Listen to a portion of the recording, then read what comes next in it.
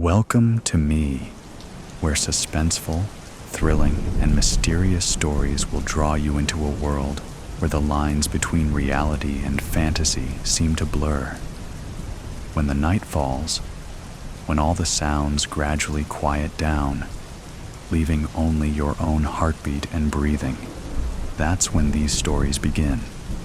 Tensions, unsolved mysteries, moments that will make you hold your breath in fear or curiosity, all are waiting for you ahead. Find a comfortable seat, dim the lights, and let this sound guide you on a journey that is not for the faint of heart. I want each of you to leave a comment sharing where you are in the world. And if you are enjoying the episodes, don't forget to give a like and subscribe to the channel now. Relax. Are you ready? If so, join me in the first story right now. What She Left Behind. California, 1868. Clara Emerson pressed herself against the train window, her eyes glazed and alert from exhaustion. She stretched out her aching legs, revealing her muddy shoes that poked out from underneath the hem of her dress. She retracted her feet back from visibility, gathering and stroking her straw-like, graying hair as she peered out the window. Clara glanced to see if anyone was watching her.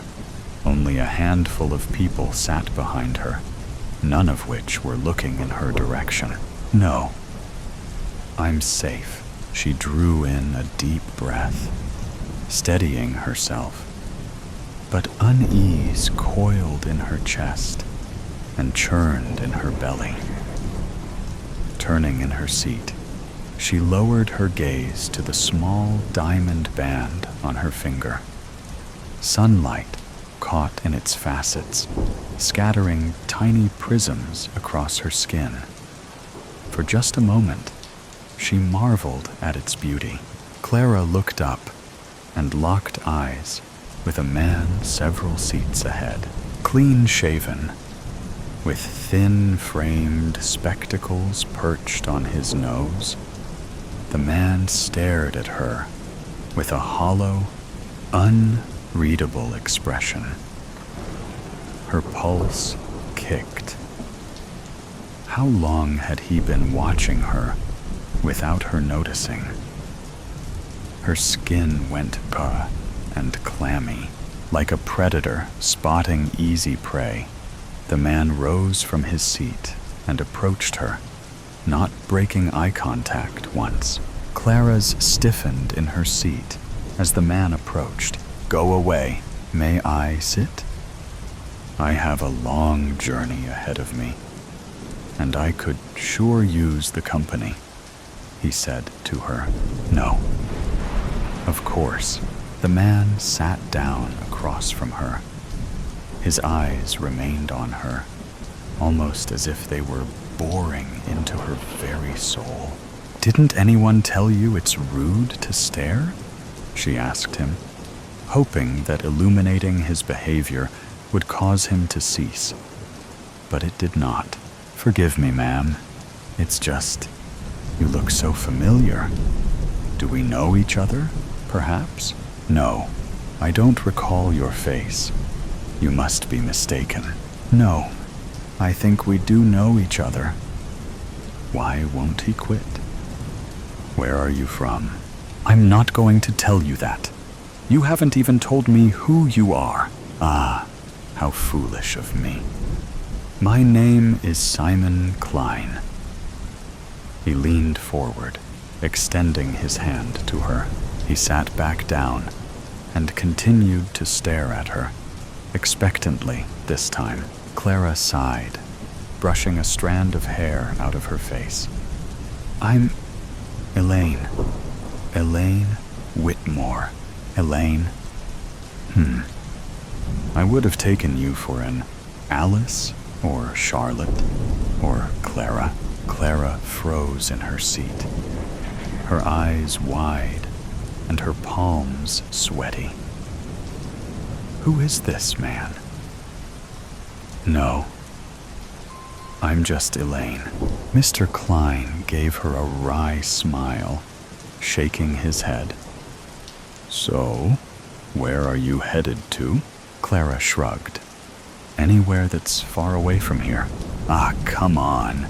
California's the place to be. There's opportunity here. Not for me. Not anymore. Shame, he said. What is? Mr. Klein chuckled. Surely you have friends or family that will miss you. It almost sounds like you're running away. Now he was just getting on her nerves. You're quite brazen, Mr. Klein. My business is none of your concern.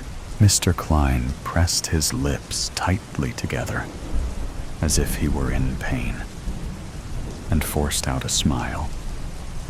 My apologies, Mrs. Whitmore. I never quite learned how to keep my nose out of others' affairs. I am a curious fellow, curious indeed. Hoping to break the tension, she pulled out a flask from underneath her shawl. Care for a drink? A wild glimmer in his eyes appeared. It was as if he wanted to reach out and strangle her. No, thank you, he said, his demeanor shifting. There was something dangerous underneath this man's calm exterior. Somehow, that made him more terrifying. If he were angry and violent from the start of their encounter, she could predict his next move and accept that she was under attack. But this man unnerved her to her core. There was something almost familiar about him. Gathering her shawl, she stood from her seat, and as steady as she could present herself to be, she faced him. I think I would prefer to be in my own company for the rest of the journey. Good day to you. Please, there's no need to leave. If you wish to be alone, I can accommodate. Mr. Klein stood, moving back to his original seat. Clara returned to hers, facing away from Mr. Klein this time. But she could still feel his eyes on her. She waited until the train had passed a dilapidated old shack close to the tracks before rising from her seat and creeping her way down toward the caboose. Her heart quickened, as did her pace. "Excuse me, sir," she heard behind her. Sucking in a breath, she chanced a glance behind her, locking eyes with Mr. Klein, who was trailing close behind her. He did not smile this time at her. His eyes were cold and focused on her intently, like before. But there was a rage in those eyes, a bloodlust, in fact. She didn't think twice this time, turning and running down the aisle like a mad woman. She stumbled through the empty train carts, praying an escape plan would present itself to her before he reached her. But there wasn't enough time, and there was nowhere left to run. I'm trapped. She looked out the back window and considered the tracks. Maybe she could jump. Maybe. She might still have a chance. The door behind Clara creaked open. She spun around to see Mr. Klein reaching into his coat pocket, revealing a silver pistol. She backed away slowly, keeping her eyes trained on Mr. Klein. if that even was his name, and she pressed herself against the back door of the caboose. He pointed the barrel at her. Rage oozed out from beneath the calm, collected persona he performed earlier. His hand trembled, but he remained in control of himself for the moment. Clara trembled, terrified of what he would do to her. "What do you want from me? Why are you following me?" "I saw you," Mr. Klein said. "I saw what you did to my sister that night." Whatever she planned on saying to him, the words fell empty in her mouth. "This is it. It's over." "What? You thought no one saw you sneak out of her house in the dead of night? And I find my sister dead in her home? No, that's a lie. I would never harm anyone. I'm a good woman." "How do you sleep at night?" he said, his finger twitchy on the trigger. "I know it was you who did it. No sooner had I returned from my hunting trip, I see you sneaking out of her house like some rat. She was dead when I found her. Please, have mercy on me. I would never do such a thing. Liar." Mr. Klein drew closer. She fumbled for the handle behind her, desperate for escape. Her weight against the door caused it to swing open, landing her on her back. She held her hands over her head to shield herself. "Why?" he cried. "Why did you do it? Tell me!" A shrill, raspy whistle emanated from the front of the train, distracting Mr. Klein for the briefest moment. Clara seized the opportunity and kicked Mr. Klein in the shin, dropping him to his knees. He screamed, clutching his leg as the gun clattered next to him. Without a second thought, she scrambled for the pistol and swiped it, aiming the barrel at him. "Get up," she said. Mr. Klein held his hands up, pushing himself up off the floor. "I'm not the one that deserves this. I'm not going to die today." She pressed her finger to the trigger, but it wouldn't budge. The hammer. Mr. Klein grabbed hold of the barrel and yanked it back hard. Too hard. Clara released the pistol, and with it, Mr. Klein, screaming as he staggered backward, tumbling off the train. He hit the tracks hard, rolling like a rag doll, before coming to rest, bloodied and limp, his lifeless eyes fixed toward the sky. The wind violently whipped Clara's hair as Mr. Klein's body disappeared beyond view. She steadied herself against the railing, her thumb absent-mindedly tracing the curve of the diamond, lost in a thought she refused to finish. January 21st. It was another one of those days. The rain was pouring down like iron sheets. The train had come half an hour late, and I had lost my wallet in the station bathroom. In moments like these, you truly wonder whether a higher power was out to get you. When the train finally pulled up at 1:30, I glared it down. Most people would have been blown away by the pristine white sheen, the unnatural silence of the engine, or the blast of sub-zero aircon that streamed out of the open doors. But not me. 21 years of life had taught me enough about the world. I trudged onto the carriage at the end and plopped myself down on the backmost seat. If I had been just 10 years younger, no, even 2 months younger, I might have enjoyed the richness of the leather or the antique smell of the wooden armrests. But I wasn't the young fool that I once was.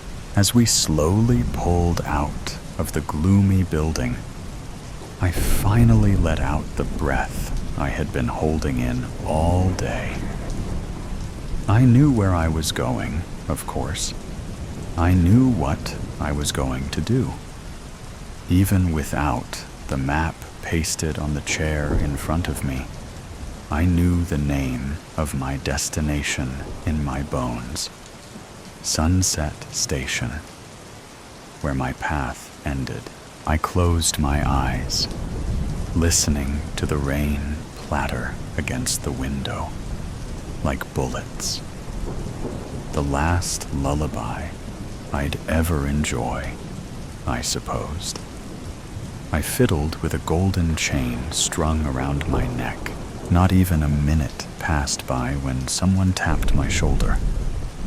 "Is this seat taken?"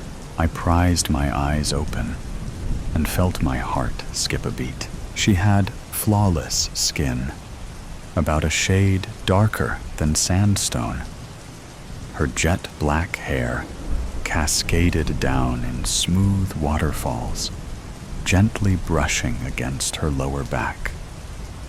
They formed a loose curtain over her chocolate eyes, which glittered like galaxies.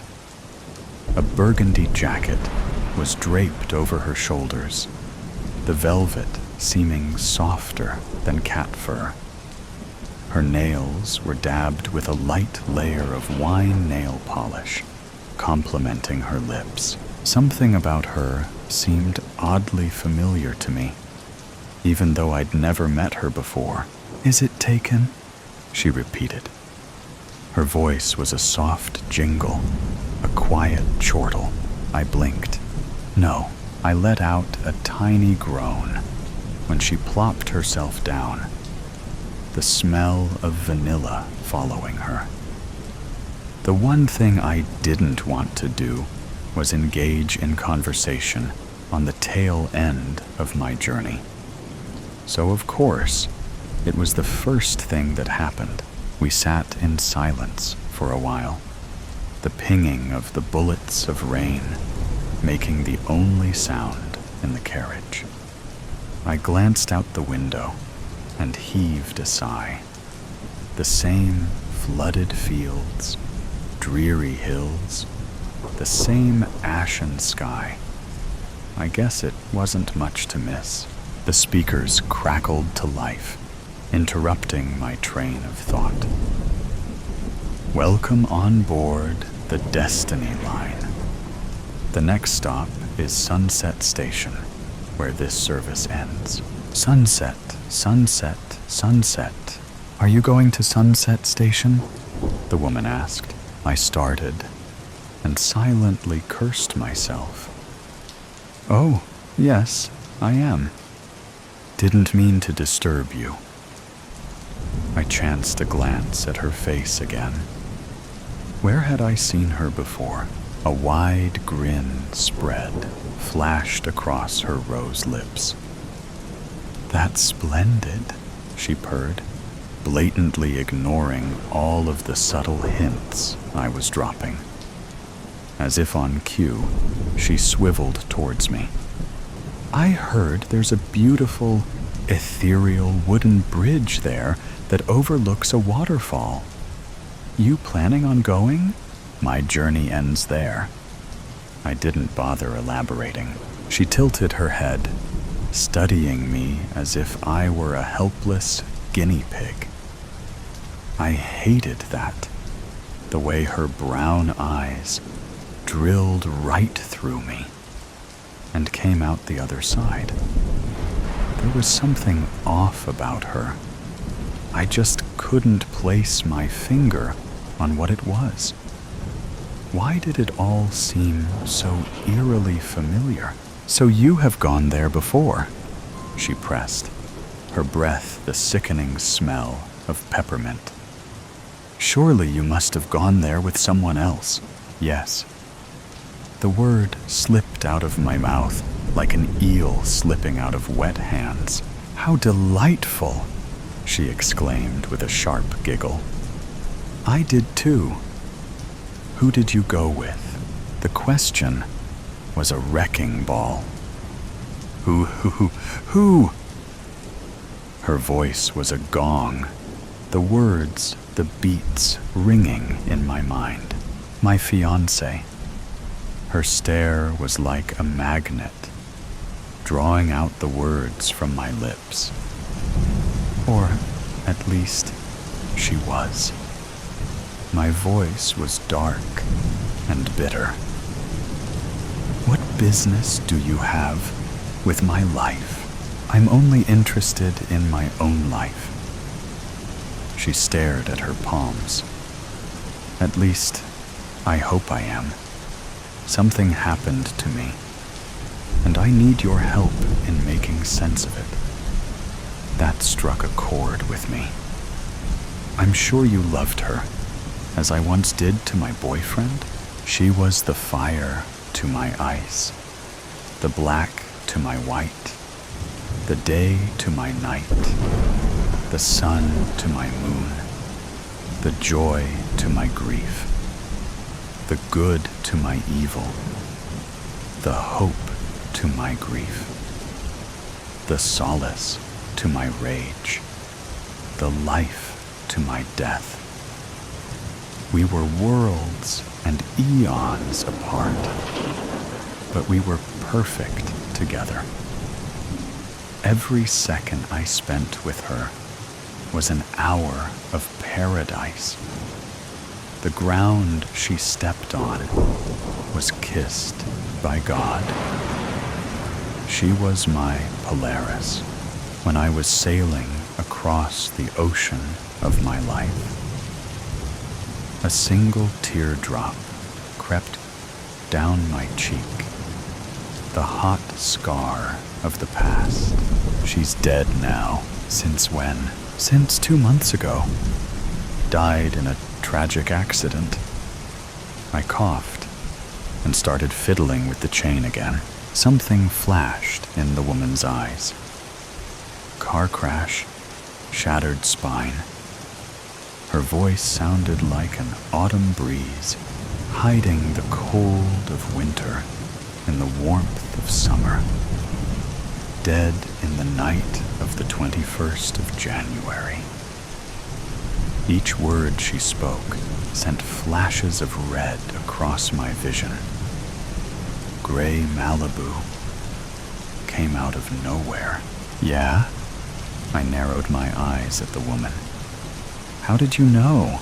My boyfriend knew someone who died on the 21st in a car crash as well. She cleared her throat. How did you meet her? At a university. We both majored in criminology. We matched each other's cautiousness and prudence. And you studied in criminology as well. Met him when I was an undergraduate. It's funny, really, how similar our two stories are. It truly was. She turned to me again, scanning me up and down. What aren't you telling me? What do I have to tell you? The real question is, what aren't you telling me? Sighing, she murmured, I'm trying to find out why my life took a turn for the worse 2 months ago. And now, suddenly, this morning, I woke up to find that no one knew me, and the world's colors were bleached. So please, I need your help. Her lips were truly interesting. The way they pursed. They were perfectly arched, like Cupid's bow. Where had I seen them before? What do you need my help with? On the day of the accident, What were you feeling? Grief. Are you sure? What kind of question is that? Of course I was. Again. Are you sure? What are you implying here? I spat, clenching my fists. I hated her so much then. The way she never flicked her eyes off of me for 1 second. What I'm saying, she continued, is that you and I both know that you felt something else that night. Guilt. Her voice was the buzz of a beehive. I doubt most people would have liked it. I swear, though, I heard it somewhere before. In the distance, the train began to whistle. I chanced a glance out the window. The rainy plains had been blotted out by a black tunnel. The Stygian wall was a nice reflection of my mind, I suppose. All aboard the Destiny Express. Yes, I snarled. I felt guilty. I felt guilty because we'd been arguing right before she ran out of the house. I tried to call her back. She didn't even look. Before she dashed across the road, something clicked inside my head. But you knew that already, didn't you? Goosebumps spread across my arm when she nodded. The hazy puzzle was slowly getting clearer. What were you arguing about? Why would I think it would be better for both of us if you stop hiding the truth, she interrupted. So, I'm going to ask again. What were you quarreling about? I'm sorry. Those deep, brown eyes weren't galaxies. That was my mistake. They were black holes, sucking in everything. I was confronting her about what I saw that afternoon. My voice was black ice. I came home early, and I discovered that there were 2 other people in the house, being intimate with each other. The man, I still don't know who. The woman? Well, needless to say, I did know who it was. I shuddered. She nodded again, slower this time. What did she say to you when you confronted her? That I didn't really love her. That I never really did. That I was exploiting her for money. Were you? Well, I filched the occasional penny or 2. I winced under her glare. Fine. I forced her to pay for my tuition fees. She has so much money that she doesn't know what to do with it anyhow. Might as well put it to good use.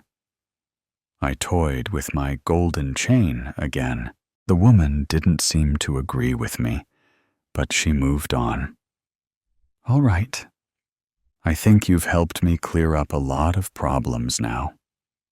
Before I could heave a sigh of relief, she continued. But there's still one last question I want to ask you. What could that be? I started rubbing my fingers against the golden chain. The chain had the dull, tingling smell of iron. Just like something else. Something Darkwa. Where were you at the moment of the accident? Shadows gathered around her eyes. I told you already. Which is where, again? Steel hands gripped my lungs. I was calling out to her, trying to stop her from recklessly dashing. She didn't listen to me. Was I imagining things? Or was there a flicker somewhere on her face? No, her neck was flickering.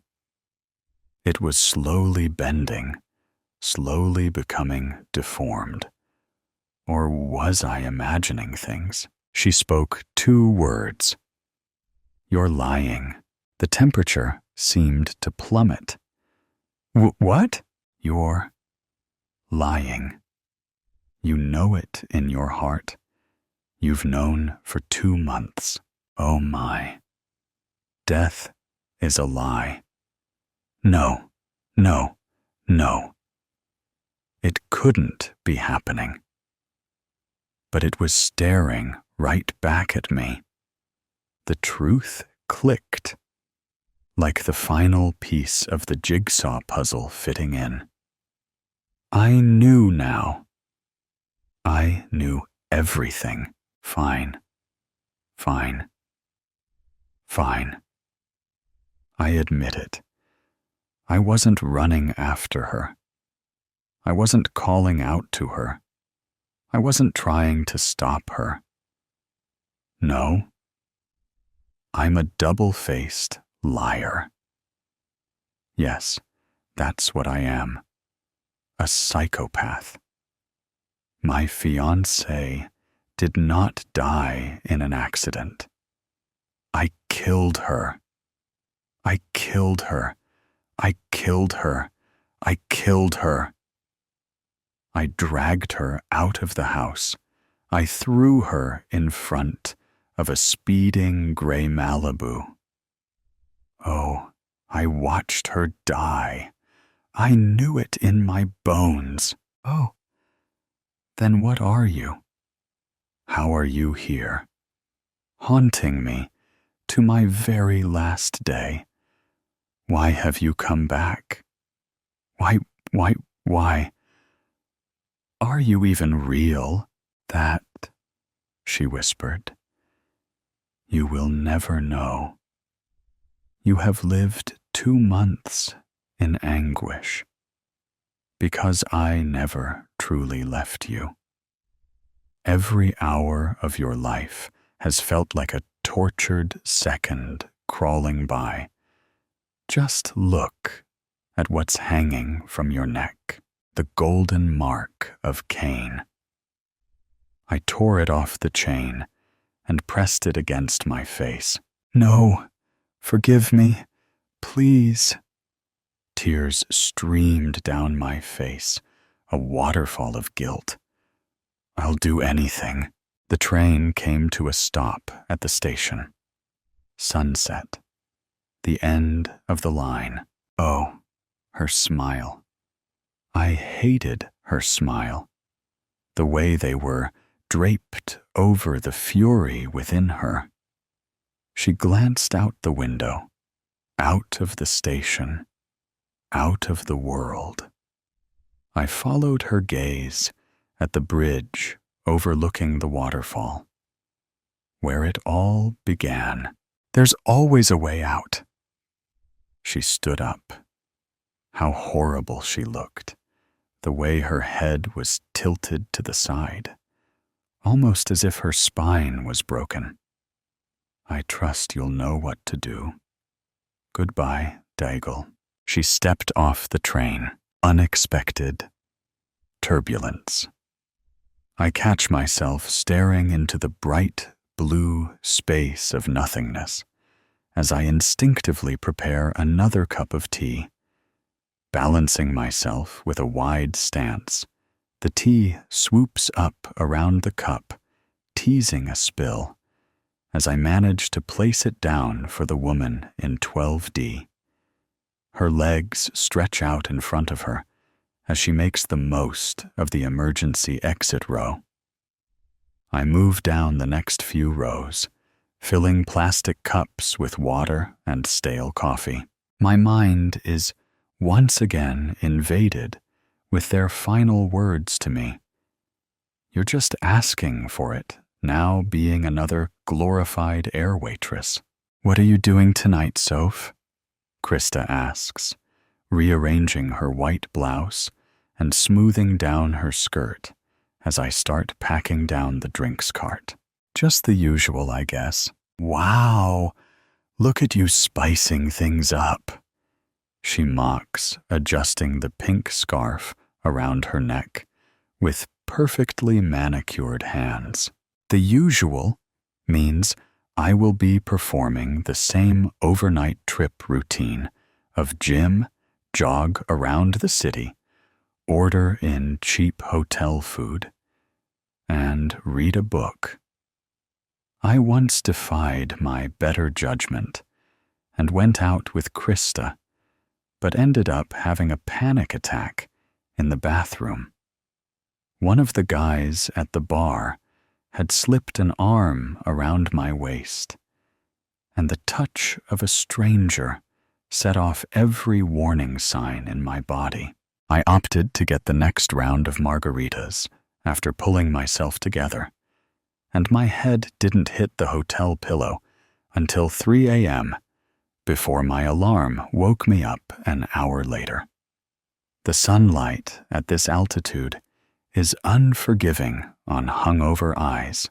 So who are you planning on staying up with all night? I tease. Okay, so you remember how I told you about Matt? I hardly remember any of her friends' names, but I nod anyway. So he's in town and has invited over a couple of his friends from work. We are going to start at Gin Palace. You remember that cute place, right? Hidden door in the alleyway, a few lanes down from the hotel. Bookcases on the wall, house music, and those huge wine glasses I like, but with all different types of fancy gin and tonics. With my back to her, as I stow away the trolley, I realize she's waiting for my confirmation. Oh yeah, I remember. Nice place. Unbothered by my obvious lack of interest, she continues. Anyway, we are starting there, and then we're trying a new spot nearby. Apparently, one of his friends knows a club that is all completely glow in the dark, and she's cut off by the sound of the seatbelt light turning on as the captain announces we are likely to experience turbulence. Our cabin manager signals us to make our way down the aisle to ensure everyone follows the instructions, stopping to help a mother of two buckle up her sticky-looking toddlers. I think about Krista and how she is so open to new experiences and people. I can already imagine how her night is going to go. She will greet her friends with a big smile, and they'll cheers to having a fun night ahead. They'll share laughs, gossip, travel experiences, and talk like they've known each other for years. She has that effect on people, myself included. A commotion seems to be happening down the back of the plane, but it doesn't sound unusual. It's probably another disgruntled passenger complaining about being restrained by the seatbelt sign. Sounds like another safety rebellion happening. I joke quietly as I meet Krista in the center of the cabin. Actually, it's some fancy businessman with an accent complaining he was assigned the wrong seat. She rolls her eyes. I think he's European, but not the sexy, swoony kind. My stomach drops from the mention of an accented businessman. I swallow the wave of anxiety and force a sarcastic smile. If only more swoony European tourists came here for holidays, hey? Well, I wouldn't be hanging out with Matt and his friends tonight. I'll tell you that. She quips. We're about 30 minutes from touchdown and about to prepare the cabin for landing. It has been a relatively easy flight. Everyone in my section seems content, and the disgruntled man appears to have quietened down. Our cabin manager approaches Krista and I. She asks us to continue scanning the rows further down while she checks in with the captain. The turbulence is almost unnoticeable as I walk toward the back of the plane, but I sense a few nervous flyers and reassure them it's okay. We're not far from our destination.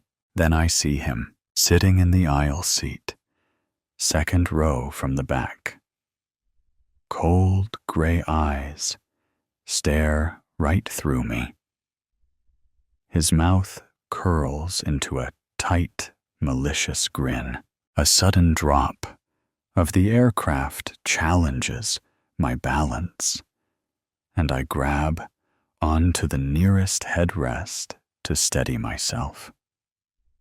Apologizing to no one in particular, I turn around in disbelief.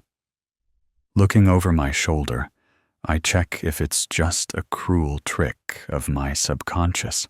The seat is empty. Terror begins to smother my body, and I feel my hands tremble. His face has haunted me before. I've seen him in train stations, in busy restaurants, and on crowded flights like today. I'm almost used to his memory penetrating my reality. I remind myself again that it won't be real, and my mind is playing tricks.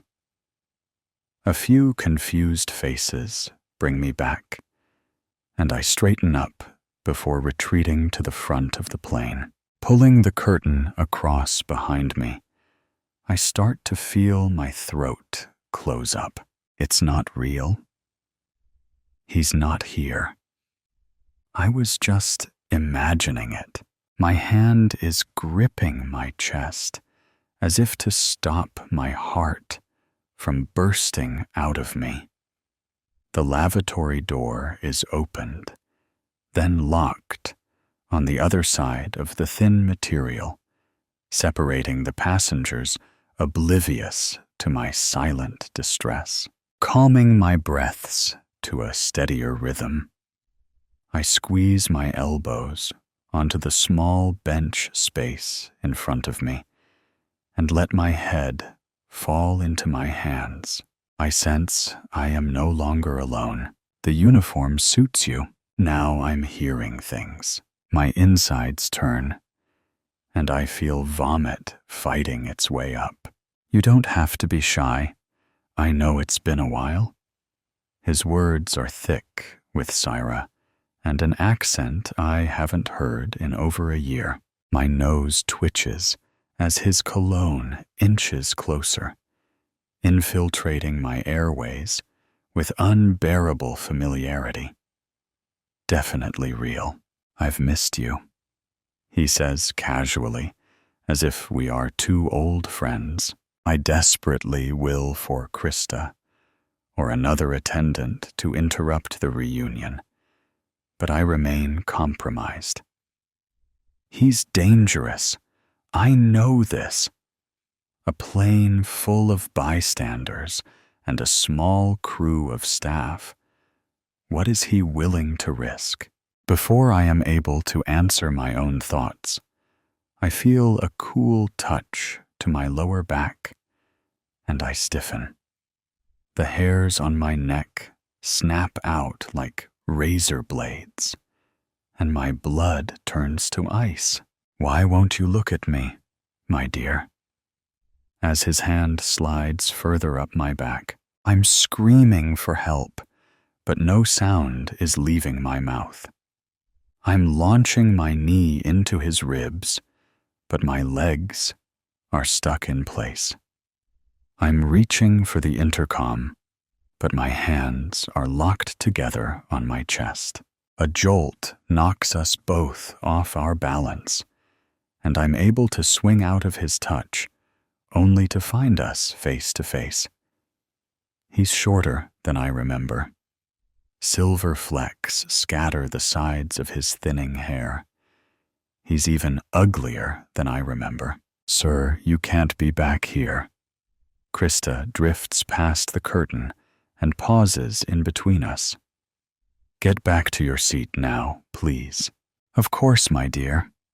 pausing to smirk before he exits. "Are you okay? You look like you've just seen a dead body." Krista's face is filled with concern. I bite my tongue before responding with, "I wish I had," and let her know I'm fine, just a little shaken from the bumpy ride. "Oh, really? I can hardly feel a thing." She moves over to the CID's system and sets the lavatory lights to red. We'll be descending soon. I straighten up my blouse and pat under my eyes to make sure any signs of horror are blurred into my smooth, professional mask. "So did Mr. Fancy Pants think he'd find his seat up here?" "What?" I can hardly hear her over the ringing in my eardrums. "The European guy with the accent. Was he pestering you about his seat?" "Oh," I force an eye roll. "He just came too far up looking for the bathroom." "Well, you'd think he's a regular flyer with that attitude. Wouldn't he know where the lavatories are on these planes by now?" I shrug and move past her, pretending to be busy conducting final checks on the food and beverage lockers. Krista announces the instructions for our descent across the cabin intercom, then turns to me. "I'm just going to do a final rubbish collection and seat check. You want to just wait here? You look a little pale." "Yeah, if you don't mind." "Thanks." I move to open up the jump seat and begin to strap myself in. "Damn," I mutter. I forgot to pull back the curtain. My hands are still shaky from the monster behind it.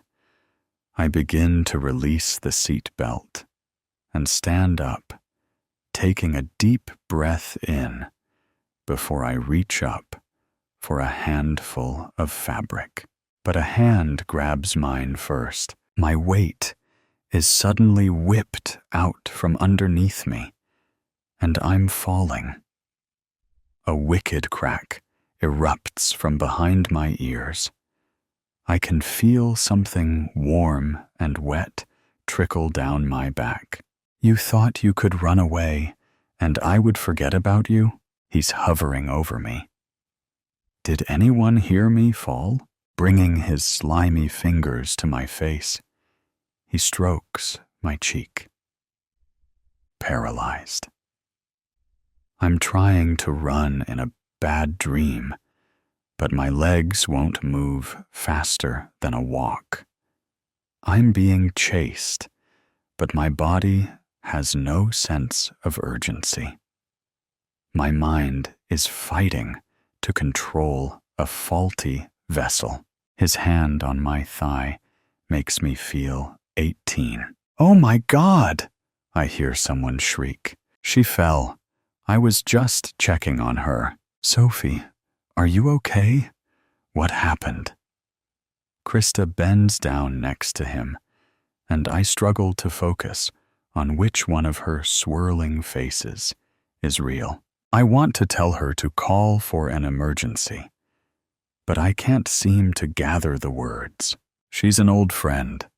I can keep an eye on her if you get a first aid kit," he says, maintaining his cool composure next to me.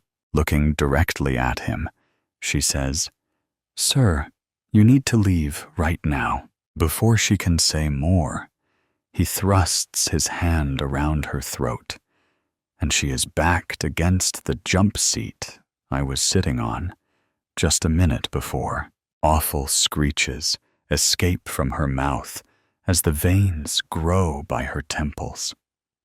Her eyes search desperately. Watching my friend struggle for her life suddenly releases all the tightly wound ropes holding me anchored to the floor. My hand reaches for the nearest cupboard, and a coffee pot extends from my arm and cracks down on his skull. I hit him again and again, and again. "Soph," she croaks. "Sophie," Krista pleads, struggling to pull herself up from the ground. He is silent, snapping back to my sense of self. I realize what I've done. The coffee pot drops from my hand, and a few wet drops slide off my face with it. "We need a doctor. Is anyone a doctor?" I yell, and hear the gasps echo down the aircraft. I was fresh out of high school and approaching my move-out date assigned by my parents when I started working. It was said to be the best restaurant in town. We had regular guests from all over the world who stayed in the hotel above. I didn't notice it at first, how I was always rostered on the section of mostly dinner for ones. I received generous tips and learned about the different places they were all from. I enjoyed being praised for my efforts and attentiveness during the meal. The mostly male and outspoken staff generally left me alone, which suited me just fine. Though occasionally they'd comment on my appearance, telling me I needed more makeup if I had tired eyes or to put on a smile when I was clearing tables. The manager would joke about my tight ass and even grabbed it once to check the merchandise in front of the kitchen crew. Mr. Ackerman would arrive every night at 5 p.m. and order a glass of Syrah when he was in town. He'd sink into the couch at the bar and chat to the staff about life in Europe and his work in the oil business. I caught his eyes scanning my movements a few times, but we didn't speak until I was placing the napkin at his table and asking, "The usual again, sir? Make sure you take good care of him." I was frequently reminded by my manager, Colin. At the mandatory Christmas work party, we had dinner at a local pub, and Colin insisted we joined him for drinks after. Once a girl refused these nights out drinking, and she shortly had her hours cut and tips reduced until she had no choice but to quit. At the bar, we ran into some of our regulars. Mr. Ackerman seemed pleased to see us and eyed my black dress thoroughly before delivering a sharp wink. "You should go chat with him. Keep up the good service, you know." My manager instructed with a pat on the ass, a glass of wine in hand. Courtesy of the man next to me, I sat there, struggling to answer the questions over the blasting music. I noticed how misplaced Mr. Ackerman was in his business casual attire, surrounded by partying patrons, 10 or 20 years his junior. "Sorry, I didn't hear you." I leaned into his side ever so slightly, struggling to keep any distance between us. His hand slid around my thigh in response. "I'll miss seeing you when I go back home." "I'm sure you'll be fine." There were flowers in my locker the following week, and a note saying he looked forward to seeing me again. I tried talking to Colin about how it made me uncomfortable and thought it was unprofessional.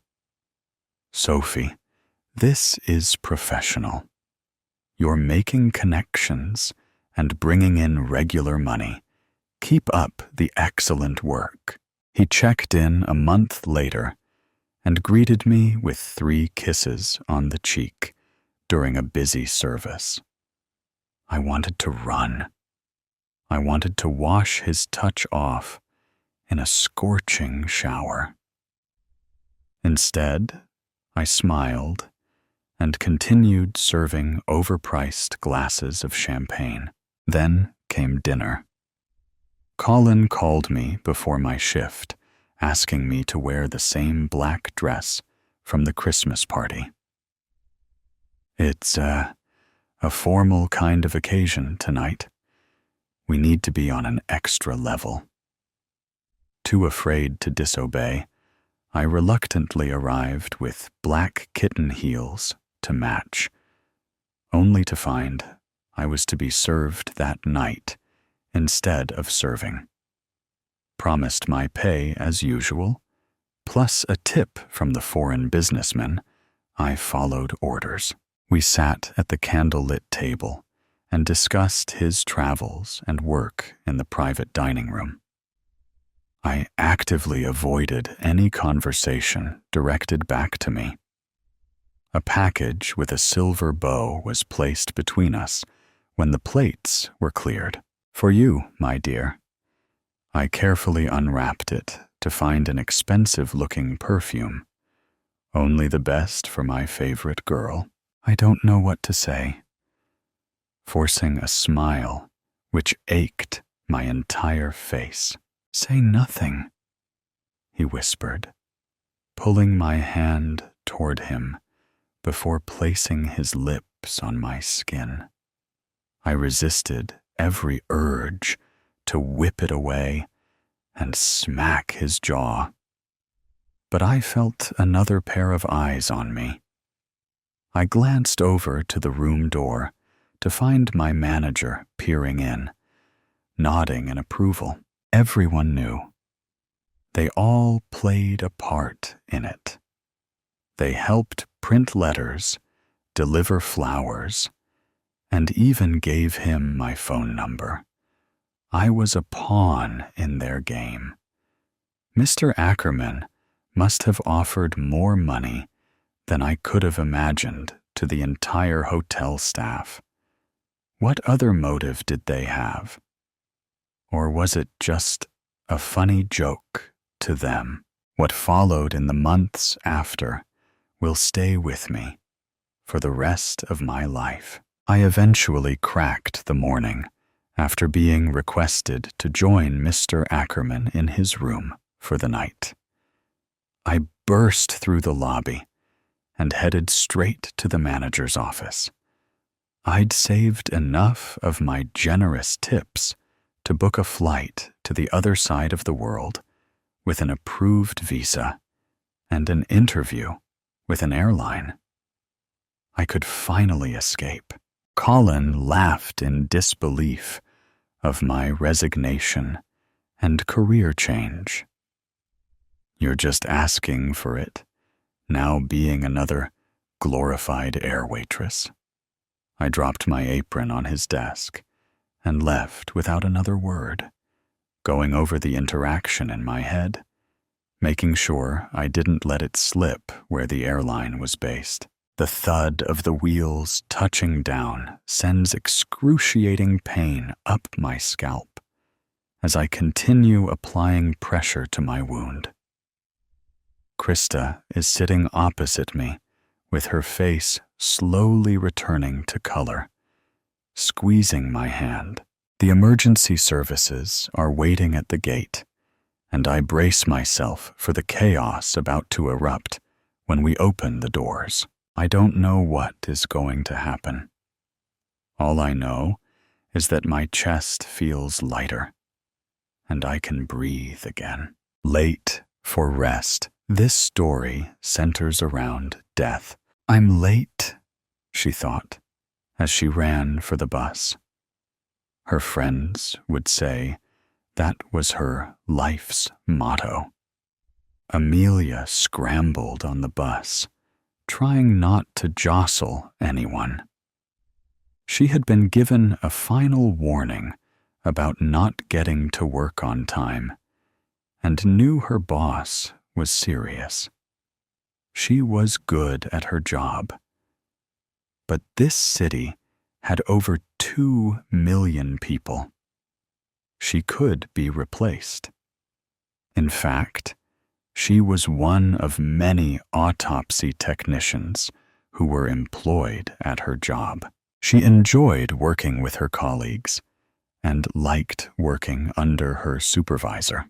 The problem was, on top of being a natural procrastinator, she was in school full-time while working full-time. But this was her last semester. Her goal was to become an ME. She had always been interested in true crime as a kid and spent her free time watching the ID channel. Her first interest was in forensic science because she wanted to investigate crime scenes. But death and dead bodies never bothered her, and she started working in the morgue as an undergrad, which spurred her interest in forensic pathology. It was then that she learned she was gifted in reading corpses. All those years of hearing about petechiae, cyanosis, and lividity became useful. She could read bodies like a book. That, combined with her proclivity for stockpiling information about diseases and murder, made her a veritable glossary of forensic pathology. Amelia was well liked at work because she was knowledgeable and friendly. Plus, she had a great work ethic while at work. It was outside of work that she struggled with procrastination. She just struggled to stay focused. If she had an assignment to do that required research, she'd end up going down rabbit holes on a side topic that caught her eye. She would know it's time to stop.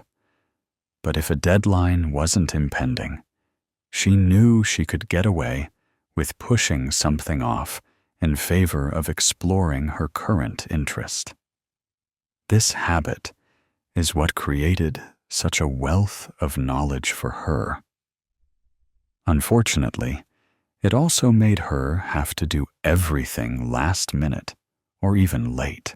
Since becoming an adult and responsible for her own finances, she has never filed her taxes on time. 2 years in a row, she forgot altogether. To compensate, Amelia didn't get much sleep and often slept through her alarms. It was probably her body and brain's way to ensure she got enough sleep. Her boss didn't care how good of a worker she was if she continuously showed up late. She understood that, yet she still struggled to alter her habits.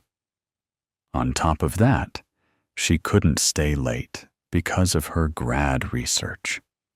She had a thesis to finish and defend. Amelia lived in a state of guilt and shame over not being better at time management, but figured she'd have time to learn how to get better at it later. Today, it was important to not be late. There was still a possibility of making it on time. She missed her first bus, but ran full speed 6 blocks to catch a different one. She had a chance to rest before her stop, and then she'd have to sprint again for the light rail. It was a tight plan, requiring more physical exertion than she was used to, especially outside in Houston in the summer. But it was better to turn up drenched in sweat than late. For once, Amelia made it to work on time. And surprisingly, she wasn't sweating or even tired. Smiling to herself, she walked into the lab, expecting a few comments razzing her for unusual timeliness. However, Everyone looked stern. This wasn't unusual in a morgue where many unfortunate events cause bodies to end up here. It was especially hard when it was a child or a victim of a violent assault. Or worse, a child who was a victim of a violent assault. Occasionally, a friend or relative of one of her colleagues came through. Everyone was very professional, but an underlying awkwardness was always present. Amelia approached the body they were centered around.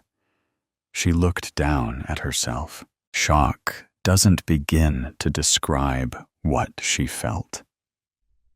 Confusion, of course, was also a dominant reaction. Was this a prank? The level of cruelty involved in doing something like this as a prank was beyond her comprehension. "What the fuck?" she yelled. For once, she was not late. And this is how they treat her. No one turned to look at her or even responded. "How the fuck did you do this?" Doubt started to flood in. She grew up in the foster system. Did she have a sister she didn't know about? Did she have a twin? "Who is this?" she yelled as her frustration and fear grew. Still, no one met her eye or replied. "When did she arrive?" her colleague Nate asked. "Half an hour ago," Mike, her supervisor, replied. For once, she was early. "What the actual fuck, guys?" "You are going too far," she screamed. She liked these people. How could they be so cruel? Was this supposed to be some kind of lesson for her extreme tardiness? Like an extreme example of what could happen if she continued living her life always running late. Ironically, I believe she was hit by a bus while she was running for a different one, Mike suggested. "Wow, death by bus," Angela quipped. "This is sick. It's not funny. Who is this?" she cried. Mike stepped back right into her, literally into her. It was slowly dawning on Amelia that this wasn't a prank. She looked down at the corpse that was obviously hers. She was dead. She was hit by a bus. It was unfathomable, but she still had a lot to do. "I don't think there is a need for an autopsy," Mike announced. Slowly, everyone turned away, and Amelia took the chance to step closer to her body. "Wait," she exclaimed. No one listened. Amelia remembered her last moments. She had gotten in an argument with a man near the bus stop. His attempt at catcalling was graphic and disturbing. And she told him, "Shut the fuck up, creep." He retorted with a comment suggesting she needed to be raped. "What the fuck is wrong with you?" Amelia demanded. "You're an uptight bitch who needs a good dicking down whether you want one or not," he replied. "I don't have time for this," she mumbled to herself while looking around for help. She saw a cop car across the street and started to head that way. She had to pause because a bus was rapidly approaching her stop. The last thing she remembers is being pushed. "This was not an accident," she yelled at her colleagues. Desperation set in as she realized this would be recorded as an accident instead of the murder it was. Legally, it was probably manslaughter, But when you're the one killed, you feel murdered, not manslaughtered. Her colleagues continued to go about their business as Mike filled out the paperwork. "Please look again, Mike," she said as she peered over his shoulder. She watched him type the details, or her death, which she found the most surreal event of the day. "Please," she whispered again, before going to look at her body for evidence that she had been pushed. She needed someone to turn herself over. She even reached out herself, but in her non-corporeal state, there was nothing she could do. She cried tearlessly as she lost hope. "I feel we should do something more for Amelia," Angela said. "Like plan her funeral," Mike suggested. She had no family.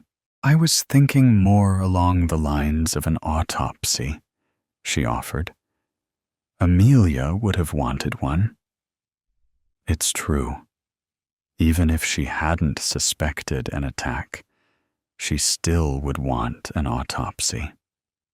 She had already planned for her body to be donated to the body farm when she died. She had lived a life of science and wanted to continue in death. "You're right," Mike said. Before getting up, he changed the paperwork to justify an autopsy. Amelia waited as patiently as she could until it happened. Her body was finally rolled over, and there were marks indicating that she wasn't just pushed, but punched in the back with 2 fists. "Holy shit," Angela remarked. Stunned, the whole team began discussing possibilities as Amelia felt herself being pulled away. "No, I don't want to go," she cried. This would be the final rabbit hole she'd ever go down, and the most important one to her. She fought against this invisible force tugging her away because her interest was piqued. She had to know that they solved this crime. The cops needed to know to look at security cameras so they could find this guy. She physically felt like she was in a game of tug-of-war, with her soul being the middle of the rope. Finally, one last tug pulled her away. There's at least one place she could not be late for. I spy with my little eye. It's funny, the things one thinks about when staring dramatically out the window. Even funnier, the things we do. I stopped racing raindrops a few miles back when I kept winning. My mother was right. Winning at everything gets unbelievably boring. Who knew a car window would teach me that lesson? Trailing my eyes lazily over the book on my lap, I deliberate. I could read, but that would mean turning on the overhead light, and I don't want what's out there to see me any better than it already does. Besides, reading in the back seat makes me nauseous. Sighing, I look out the window again. Dark skies press down on the trees, lining either side of the road, their jagged silhouettes barely visible beneath the moonlight. But I don't need to see them to know it is there. I can feel it, like the fabric of my clothes against my skin, like the weight of my own breath in my lungs. It's waiting, watching. It won't be able to follow us past the state line, not when it's tied by its grave deep in the very forest it now lurks in. If we can just keep moving, if we don't stop, my fingers tighten around the seatbelt, because in the trunk, wrapped in tarps, are knives. The blood on them should be drying, crusting over, but that doesn't matter. It won't be the knives that get us caught. It'll be it. The road stretches endlessly, twin lines of paint vanishing into the dark. The wipers squeak against the windshield, streaking rainwater instead of clearing it. The radio hums static beneath the commercials, like an unspoken warning. To whom, though? You see it? Bex asks beside me. Out of the four of us, she's freaking out the worst. I've long since put a barrier between our seats to avoid the worst of her rocking and jittery libs. I give her another flat look, hoping this one will shut her up for the rest of our trip. If I did, don't you think I would have said something by now? She whimpers and turns back to her own window, staring wide-eyed at the trees. I meet Rick's eyes in the rearview mirror, and Theo side-eyes me from the passenger's seat. None of us say a word. In truth, I can see it. The shifting shadow that vaults across the street every few feet before melting into the trees. It got so out of hand. It was never. No, we did mean to do it. We just didn't think it'd come back to bite us like it did. Is doing. What's also true is that Bex will not be making it past the state limits with us. She can't be trusted. The minute everything was done and buried, she broke. Broken things aren't always fixable, and she is one loose end we cannot risk letting go, or it would and we were all screwed. Rick blinks twice. I inhale deeply, sighing quietly through my nose. This is part of the plan. It won't chase us past the state limits, because it can't. But it also will have no incentive to do so. It's why we let Bex do it in the first place. Theo hums and raises the volume on the radio. Commercials, figures. Rick blinks one more time. The locks click, lightning flashes, bleaching Bex's side of the car in stark white. She yelps, flinching away from the window. I take my chance, sliding closer and pulling her into an embrace. It'll be okay, I whisper into her hair. Bex clutches at me, desperate. I let her. Everyone deserves comfort in the end. I swallow down my goodbyes. Theo coughs. I kick at his seat. Shut it, my hit says. The timing needs to be right. A shift in the trees. Closer now. The weight of something pressing against the night. Watching. Expectant. Do you hear that? Bex whispers, voice barely there. Like scraping. I don't answer. Because she doesn't hear scraping. She hears breathing. Shh. Nothing's there. You are just hearing things. I finally say, petting her hair. She doesn't feel me slide her seatbelt off or reach for the door handle. The door pops open. "Mila," she whispers. "Wait." Her fingers dig into my collar. She feels it now, the open air behind her. Too late. I pry her hands off me, using the impulse to send her flying out of the car. Sorry. I squeeze her one last time to make the hard push I give her.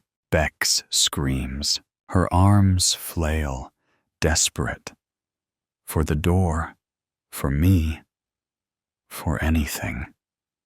Her fingers catch on the seatbelt, all in vain. She tumbles, hitting the pavement in a mess of limbs.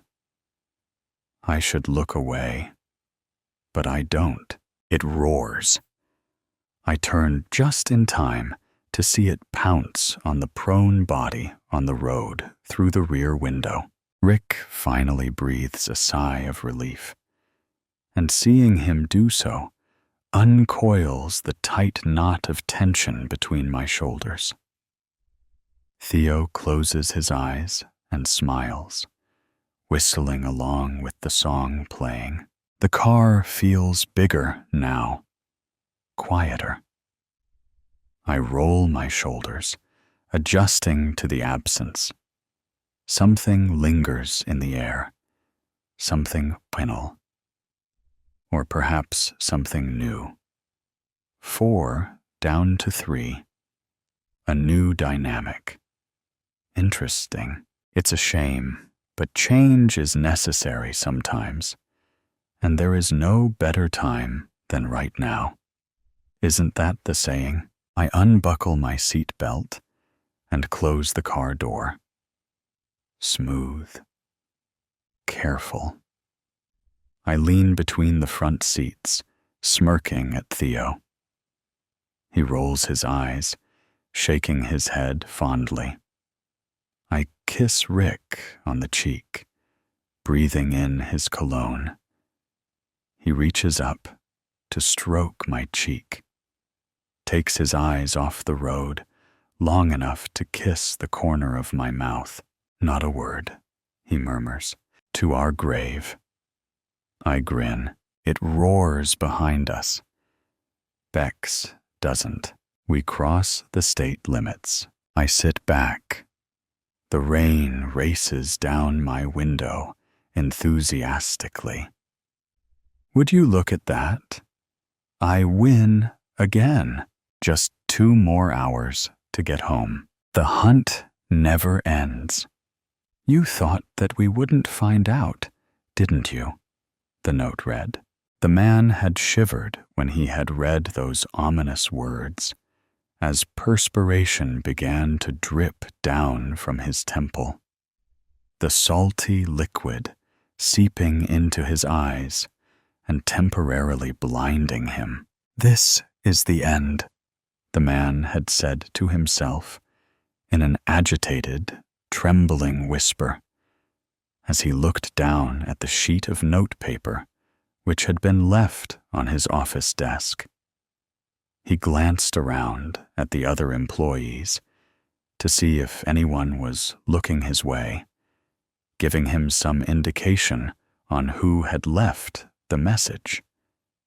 But all of them were engaged in their own little world of toting up the facts and figures which were constantly coming through on their computer terminals. What had caused this man to turn deathly white and feel so nauseous?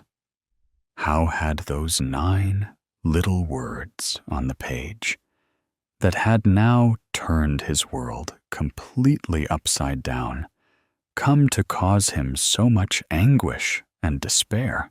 That unhappy event had happened a week before.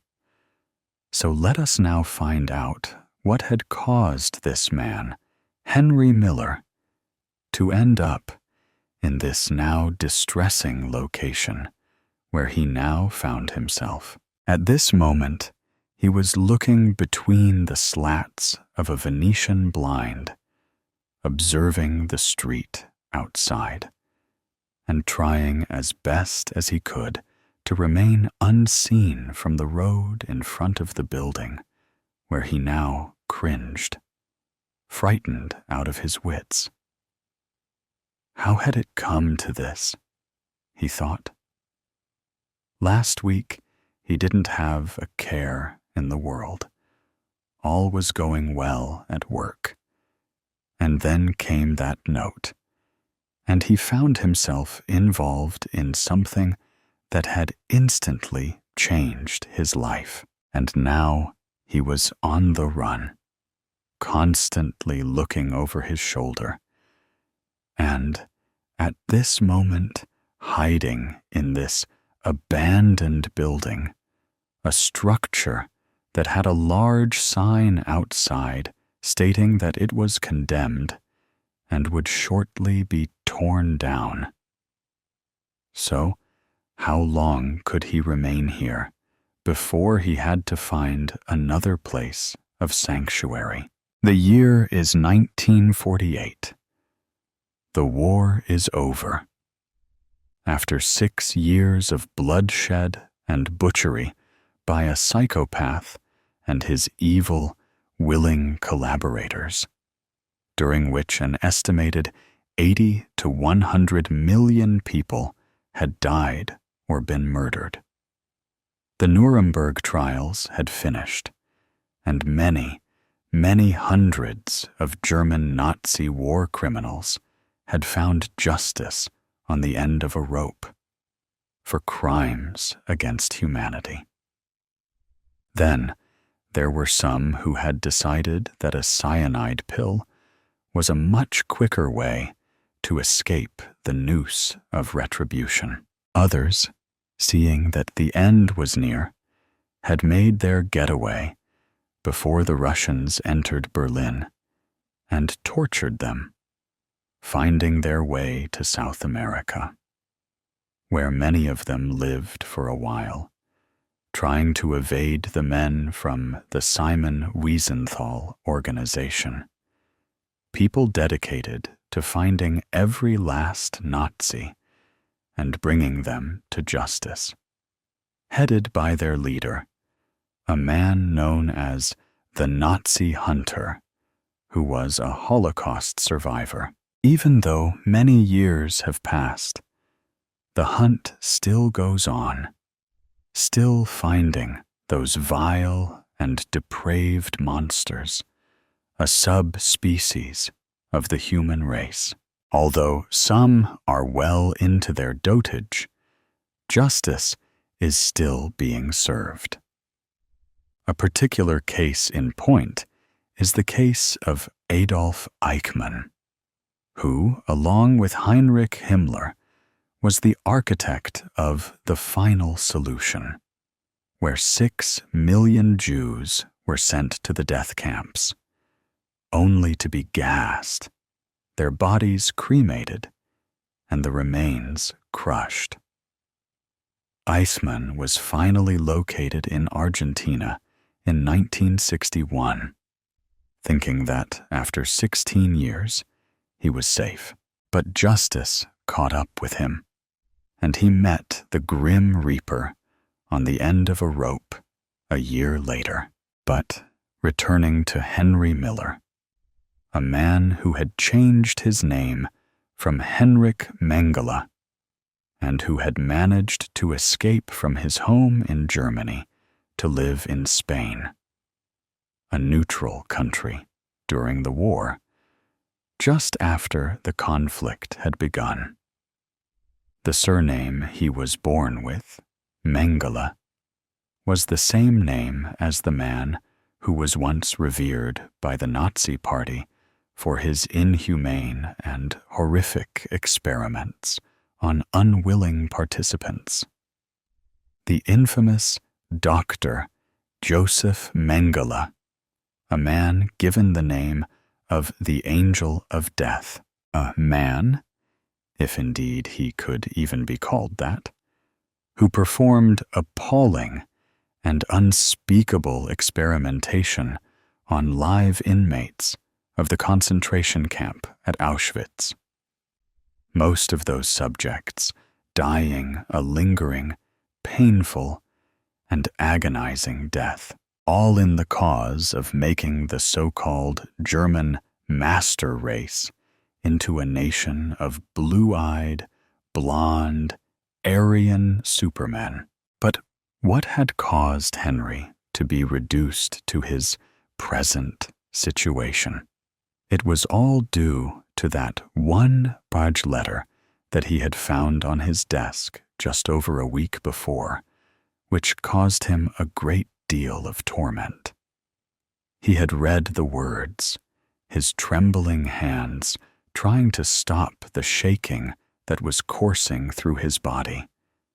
The words that read, "You thought that we wouldn't find out, didn't you?" For many years, he had feared that maybe someone, somewhere, at some time, might find out about his namesake and make his life a living hell, maybe even murder him, with the idea that he was in some way engaged in the work carried out by that misguided and psychotic mass murderer, and had, somehow, missed out on receiving the same fate that had befallen the other members of the Nazi death squads. But he had been so careful, and had never told anyone of his former name, or his possible relationship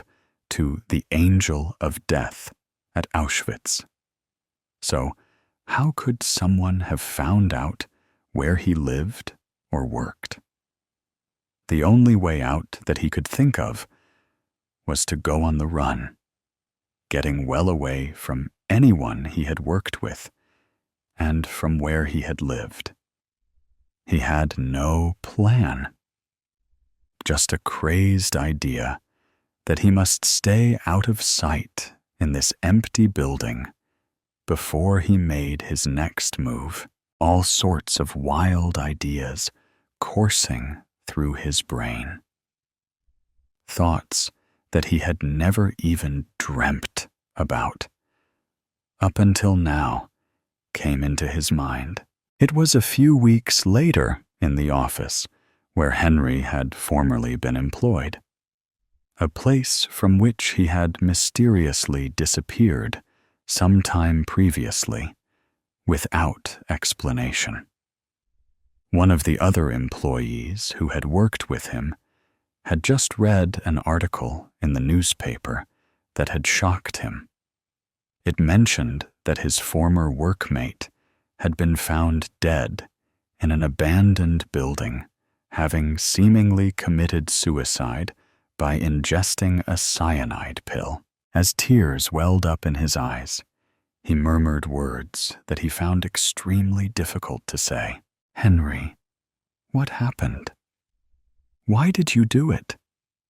Just as your friends here were organizing a surprise party for your birthday. You tried so hard to keep it a secret, and you thought that we wouldn't find out, didn't you? A new life. It's like I'm starting over again," James thought to himself as he gazed out of the car window. "I am Sisyphus. But I reached the top of the mountain only to find another that reaches steeper and higher. What then? What will happen when I reach the top? Will I ever see the view?" "James, you still with us, buddy?" David asked as he tapped James on the forehead. "Huh? Oh, yeah. I was just thinking," James replied as he continued to gaze out of the window. The trees lining the sides of the road blurred if he didn't focus on them. As the car zoomed along, James caught glimpses of the blue sky and flat farmland behind the trees. These moments were precious in a way he hadn't yet come to appreciate. "Jimmy, snap out of it," Caitlin, David's girlfriend, replied. "What? I'm just enjoying the scenery. It's like an 8-hour drive. Can't I just chill for a while?"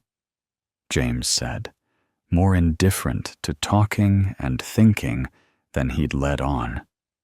Thoughts of the future had become a burden in his bored mind, swirling around his consciousness as if they had nowhere else to go. Most of his thoughts disappeared into the ether, but not these. "This is the last time we're going to be together for a while. You're moving to the big city," Caitlin replied with an upbeat attitude. She didn't even believe what she just said, but wanted to coax her friend out of his funk. "Is it that obvious?" "What do you mean? You know I'm only a train ride away. I'm just thinking, don't worry about me. We'll be able to have all the fun when we get there," James replied, measured but dazed, "all the time in the world. That's what it feels like. This exists in a space in between my past life and my future. This trip is all in the present, my moment of a finite infinity. For these last few days, my mind is exactly where it needs to be. And for that, I step outside of the bounds of time and into my own world. Will you miss all of this while you're in that concrete jungle for weeks or months at a time?" David asked him. "I won't be gone that long. Weeks, maybe. But that's nothing. Plus, you gotta support me chasing my dream. It's part of who I am," James replied. "You didn't answer the question," Caitlin replied. "Yeah, I'll probably miss it," James said. "It's my home, but it's not like I'll never be back. You never know. You might like it there in the city. Then I won't regret it." "Regret it? Maybe not. But you'll lose a part of yourself. Is it worth that sacrifice? I haven't even left yet. That's a pretty big assumption." "Do you like who you are?" Caitlin asked. "What is this?" James said, "I thought this was a road trip, not an intervention." "You didn't answer the question again. Why do I owe you an answer? Why right when you ask? That's pretty personal. No matter how long I've known you, you know where we're going, what we're going to do. You need to answer. We need to know. Why?" "Ugh, fine. Yes, I do. I do like myself. See, was that so difficult?" "No, but it was a lot of pressure on the answer. Do you feel the release? The release of confession?" I guess." "Exactly. I knew you'd be a great fit. Where are we going?" "David, you've been quiet," James asked. "You'll just have to see," David replied. "Shoot. I mean, 8 hours into the Canadian wilderness. It's probably not too cold. It's spring, after all. But still, do we really have a plan on where we're gonna stay? All we need is a tent, sleeping bag, some water, and food. We'll be fine," David replied. "But where are we going? You said you had a plan." "Don't worry about it, James. It's a surprise." The conversation died down for a while, giving James a moment of reprieve. One that he needed now more than ever.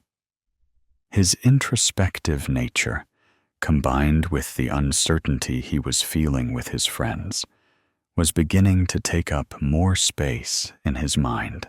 Maybe, I don't know, Dave and Kate as well as I thought. We've only been friends for a year or so, but I thought that was long enough.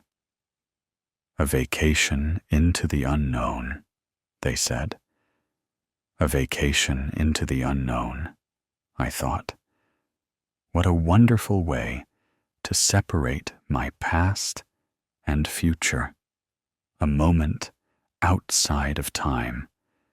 At least, metaphorically, a moment outside of time. That was the last thought that crossed James's mind as he drifted off into a light nap, waking periodically with the increasing bumps on the road as the pavement became worn. It was a clear sign that they were getting closer. The harsh winter weather would break down the concrete year after year until it turned into rubble. "Where are we?" James asked as he awoke. "You've been out for a while, like an hour?" David replied. "We're outside of the U.S. border and into Canada, just past a few towns. Hard to say exactly, though," Caitlin replied. "If you don't know where we are, how do you know where we're going? Also, how did we go through the border without either you or the border officials waking me up?" "Oh, don't worry. We just grabbed your passport out of your bag, and they let us go." "You went through my bag?" James replied, as he looked over and saw everything tousled around, some items still in the bag and others outside. But either way, it was chaotic. How did I sleep for so long? I just took a sip of my water and passed out. "Don't worry so much. We were just trying to let you sleep. With all the time we have left, we figured you wouldn't mind putting your bag back together." "Wait, how long was I out? Where's my phone? That clock doesn't seem right." The views outside the car had turned into green trees, but instead of farmland behind them, there were just more trees.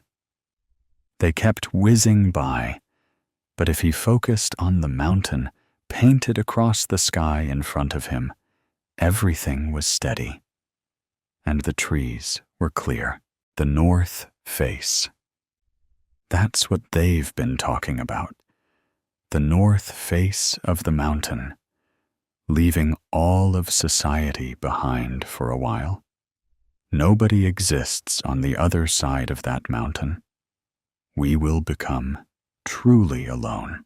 Is that why I've been thinking of this? "James, you got all quiet for a moment," David asked. "I just spaced out. My bad," James replied. "Yeah, don't worry about my bag. Thanks for letting me sleep." The mountain grew larger as they approached.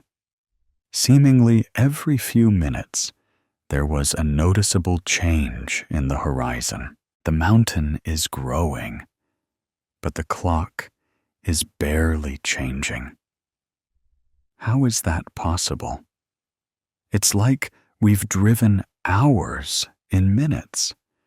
The closer we get, the faster everything seems to speed up. "Where the hell am I? What's going on here?" "We're here," Caitlin said with a tone of excitement and playfulness. James opened the car door and stepped outside. It was like nothing he had ever seen. The mountain was all around them, like a cylinder cut out of rock, as high as he could see. The car was in a clearing, but broadly.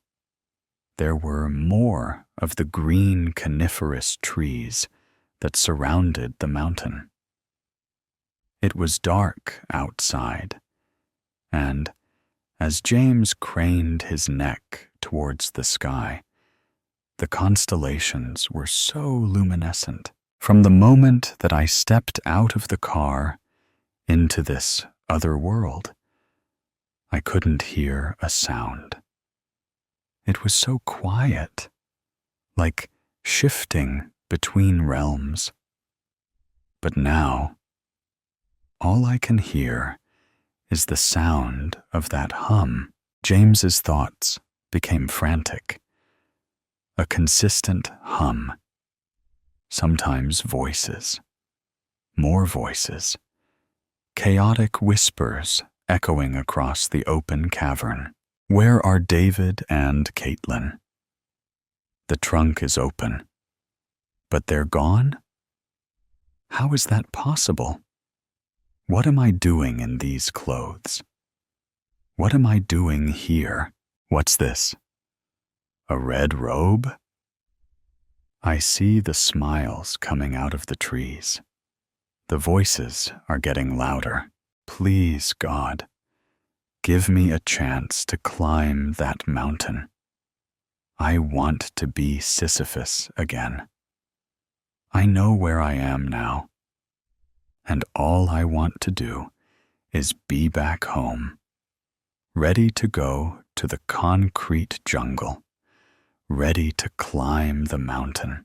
Rancor, burning, running down the train's aisle. Sable had to try her best to avoid people. Unfortunately, she had to push some people out the way, praying to whoever was listening that she hadn't hurt them. That's not what she wanted. She took one quick moment to look back, only to see the strange man in black still chasing her. Letting out a frustrated groan, she moved her focus back to the path in front of her, fast enough to see the upcoming obstacle, the dinner cart. Every afternoon at 1 p.m., one of the staff members would bring around the lunch cart. Sable was many a time excited to see this, but today was a different story. It now stood between her and her life. God damn it! She had to think fast, looking to the sides she thought about, maybe climbing the seats, but she thought better of it. It would take too long to scramble over them. No, the only way was over the cart. Someone was definitely going to get hurt this time. The lady that was serving lunch bent down to get something for someone from under the trolley. This was her chance. She placed her first foot on the poor lady's back, shouting an apology as shocked gasps were let out around her. Her other foot landed steadily on the top of the cart, jumping down. She landed on 2 feet, but wobbled forward, steadying herself on the arms of the chairs in front of her. But she knew she couldn't stop. Looking back again, she noticed the man in black was now fighting with people beyond the cart, smiling to herself, knowing this would but her. Sometime she kept going. When she got to the connecting door, she frantically pushed the release button. The door whizzed open. Scrambling inside, relief flooded her body when the door sealed behind her. It was only when she turned that she found herself in an empty carriage. Panic set in again when she realized that there was nowhere to hide in here. She knew her only option was to make it to the next carriage and hope to everything good that there would be somewhere to hide in there. But Sable only made it halfway to the door when the whole train jerked violently. So much so that it threw her off balance and she stumbled to the floor.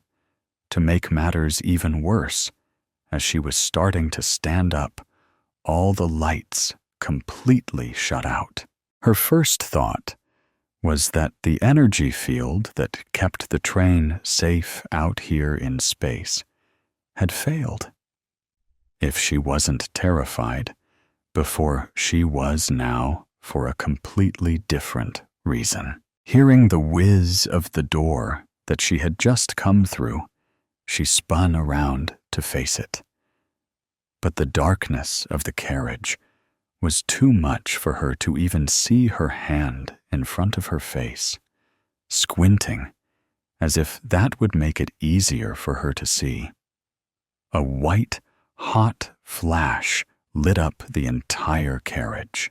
It was only a second, but she could hear the strange man's hurried footsteps coming towards her. She knew she had to move forward. As quickly as she could, without knocking herself out, she felt for the sides of the carriage. She listened and heard the footsteps stop. Now the only sound was heavy breathing from both parties. She didn't know what to do. Her mind was racing too fast. She could make a run towards where she thought the other door was to the joining carriage. But what if she tripped or ran into something? Then the strange man in black would definitely know where she was. Just like before, there was a 1-second flash of hot white light. She caught a glimpse of the man who now stood in front of her in the middle where she was once stood. Although this time he was facing the wrong way, and so, luckily, he didn't see where she was this time. Lightning. That's what the flashes were. It must have been a power surge that had stopped the train. At least, that was one less thing to worry about. This was like a nightmare. And just when she thought it couldn't get any worse, a red glow of the emergency lights just above Sable's head flashed on her face. She couldn't move. She was frozen in place like a statue. He would surely see her now. She wished for the lights to go back out before he turned, but it was too late. Looking back, she saw the man was now staring right at her. The look on his face said everything that Sable needed to know. Panic set in again, and she tried to think of what to do, how to get out of this, but her brain was scrambled. The man started to charge, seeing her life flash before her eyes. And that's when it came to her. A month earlier, she had been running from the man in black for the first time. Ever since she had boarded the train at Lorth, she had felt like someone was watching her, which then had escalated to her finding out that someone was definitely following her. She had sneaked onto the train, more than ready to start her new life. 2 years ago, she had seen off her twin brother, Sky, and his partner, Jess, who were to travel to Rancor first. Sable had to stay behind to sort out some debts before she left Lorth, which was easier said than done. It was when she started to rank in more debts that she decided that she was done. She missed her brother, and so she would get on the light train no matter what. She tried to hurry down the aisle, but she didn't want to bring any more attention to herself than what she already was. Sliding into the first available seat she came across, she sunk into the fabric, trying to make herself as small as possible. She suitably looked back from the side of the seat to see a strange guy, all in black, stop at the threshold of the carriage, scanning every seat, but not moving forward. Running from someone? Turning quickly to where the voice had come from, she hadn't noticed that she had sat in one seat of 4 that had a table in the middle. A man was sat directly in front of her. He slowly put down the book that he had been reading. His hair was a lightish, mousy brown and shoulder length. Sable noticed it had a slight wave to it. "No, I just thought I heard the dinner cart." She tried a smile, but she was still out of breath from running. "Liar." The stranger leaned forward, placing both his elbows on the table that separated them. "You were running from someone. You tried to make it not noticeable, at which you failed miserably at. It was quite amusing, actually. Besides, the lunch cart only comes around at 1 p.m. sharp. Has done for the past 2 weeks we've been on this train." Sable squinted at the man as he smirked at her. She could have sworn that as he bared his teeth, she saw 2 fangs at either side. "So what are you going to do? We're only 2 weeks into our year-long journey to Rancor. You don't know how far you can run in this tin can. They're going to catch up with you soon enough." Sable looked to the side, trying to avoid the question. This was the first window Sable had come across on the train. Hiding in the luggage compartment, had no way to see outside. And she hadn't really had time to concentrate on her surroundings while running. She didn't know what planet they were passing, but it was beautiful. Past the energy field that surrounded the train, that shimmered of iridescent pinks and yellows. The massive planet just beyond them was a tan color. Its clouds were splodges of bright orange and dark pink. The ring that spanned around the planet was made of rock pieces that were all different shapes and sizes. Sable had to bring herself back to her reality. "I'll be fine." Looking around again, with panic streaming through her veins, she had forgot that the strange man was still looking for her. "Well, stranger, my name is Wilder, and I'm going to Rancor to start a new life of peace and hopefully happiness. How about you?" She was only half listening, more focused on trying to wait for any opening she could so she could make a run for it. Just when she thought she would have to stay in the seat a bit longer, the man in black got distracted by something behind him. Getting up, out of her seat, she went to pass the stranger that she had only just caught him saying his name was Wilder. She wasn't trying to be rude, but she had no time to make friends right now. But as she went to pass him, he grabbed her arm gently. "Look, I don't have time to chat right now. I'd appropriate it if you'd let me go." And so he did, going back casually to reading his book.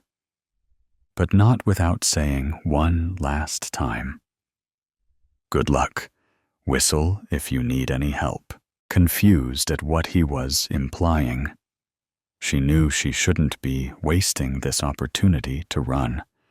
Looking to check the man in black was still distracted, she finally took off down the rest of the carriage. She did it without even thinking, pursued her lips together. She whistled.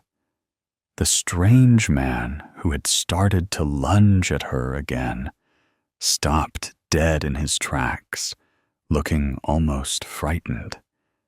A look which faded almost instantaneously. She brought her right arm up to defend her face, but the blow never came.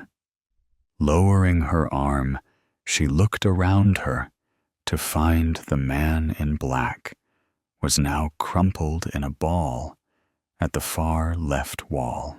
Light filled the carriage again, and it was like time stopped. You whistled.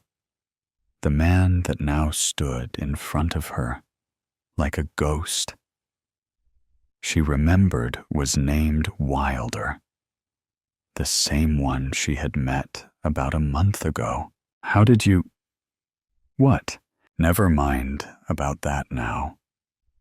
He grabbed her wrist gently and tugged her towards the door that led into the next carriage. We need to leave before someone discovers he's dead. Wilder had dragged her through 2 carriages before she stopped him.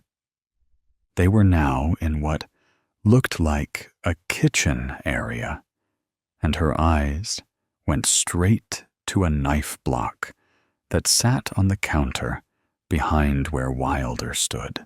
He turned to see what she was looking at. Don't even think about it. I'm here to help you. Need I remind you, I just saved your life. He stood across from her, his hand raised, and finger pointed at her like he was telling off a naughty child. I wasn't. They just caught my attention, that's all. Wilder looked at her like he didn't believe a word she was saying. And to be fair to him, she couldn't blame him. They both leaned back on the counters, seeming to relax a little and to get their breaths back. You never answered my question. She looked up at him. This was the first time she was actually taking his image in. He was tall and slim, but he had some muscle to him. He wore slim black pants and a tan, round-necked t-shirt that was covered by a black leather jacket. His eyes were what stood out the most to Sable, though. They were the lightest blue, with little specks of green in them. Sable, my name's Sable, and I'm going to Rancor to reunite with my brother, Sky. Wilder gave her another wild smile, and once again she caught sight of fangs. He'd crossed his arms over his chest. Wasn't so hard, was it? Sable rolled her eyes and started to walk again. That was a thank you for saving my life. Everyone was gathered in carriages that were purely made of glass. Sable worked out fairly quickly that these rooms were made for passengers. First look at Rancor. It was an exciting event, looking at your future paradise for the first time. Sable and Wilder has spent the rest of the months on the light train, getting to know each other. He wasn't as bad as she first thought. He was funny and insightful, and after months of spending every day with him, she started to feel something for him. They both stood in the middle of the carriage, people crammed in around them. They were all waiting for the final jump. There was something I didn't tell you. Sable turned to Wilder, not expecting him to look so sheepish. "What is it?" "I don't think the strange man in black was after you." Sable's eyebrows furrowed, and her head tilted when she spoke. "What do you mean?" She didn't understand. Why was he bringing this up now? They had rid themselves of that man many months ago. "He was after me. He was a shadow stalker." Sable laughed. Shadow stalkers were something of legend. They hunted down and killed an ancient race of vampires. But all those stories were now like Chinese whispers. "Ha, good one." But his face was still stone cold. She'd never seen Wilder like this. "But vampires don't exist." "Wilder, stop being silly. We're supposed to be having a good moment." "They do exist. I do exist." Sable, unconsciously, took a step away from him, just as the light train jumped, and everyone around them started to cheer. But they were only looking at each other. Confusion crossed her face when she came to a realization. The fangs. When you smile. Wait. But if he was after you all this time, then why did it seem like he was always following me? Wilder tried to walk towards her, but Sable just took another step back. "Because it was me who was following you," which in turn meant that he was only technically following you. Her breath started to quicken, but she was suddenly distracted by the intense orange glow that was reflecting in Wilder's eyes. She hadn't even noticed that she hadn't been paying attention to anything but the man, if you could even call him that, in front of her. Turning quickly, the screams and sobbing of everyone around her filled her ears. It took Sable a few moments to adjust to what she was looking at. The planet in front of them, their new start, their new home, was entirely in flames. Orange flames, like veins, ran around the whole planet. They had been told that rancor would be blooming with greens and purples even from the outside, but now all they saw were red and blacks. Sable didn't know when she had reached for Wilder's hand, but the only thing she could feel was his gentle squeezes to keep her grounded. Everything she had just found out was forgotten. Everyone around them were running around, crying and freaking out. Some were on their knees, heads in their hands, and their bodies shaking. Wilder would never get his life of freedom, and Sable would never see her twin again. The unwritten pages. 37 minutes after getting off the Route 19 bus, Bronwyn Miller realized her mistake. The familiar weight against her hip had disappeared because her leather-bound diary, which was her 3-year companion, wasn't there. Her fingers instinctively searched for the familiar worn cover, but discovered just the empty pocket of her oversized cardigan. She abruptly paused on the sidewalk while whispering, "No, no, no," mentally retracing her steps. The last places she visited before reaching the current sidewalk included the coffee shop and the bus stop, followed by the bus ride.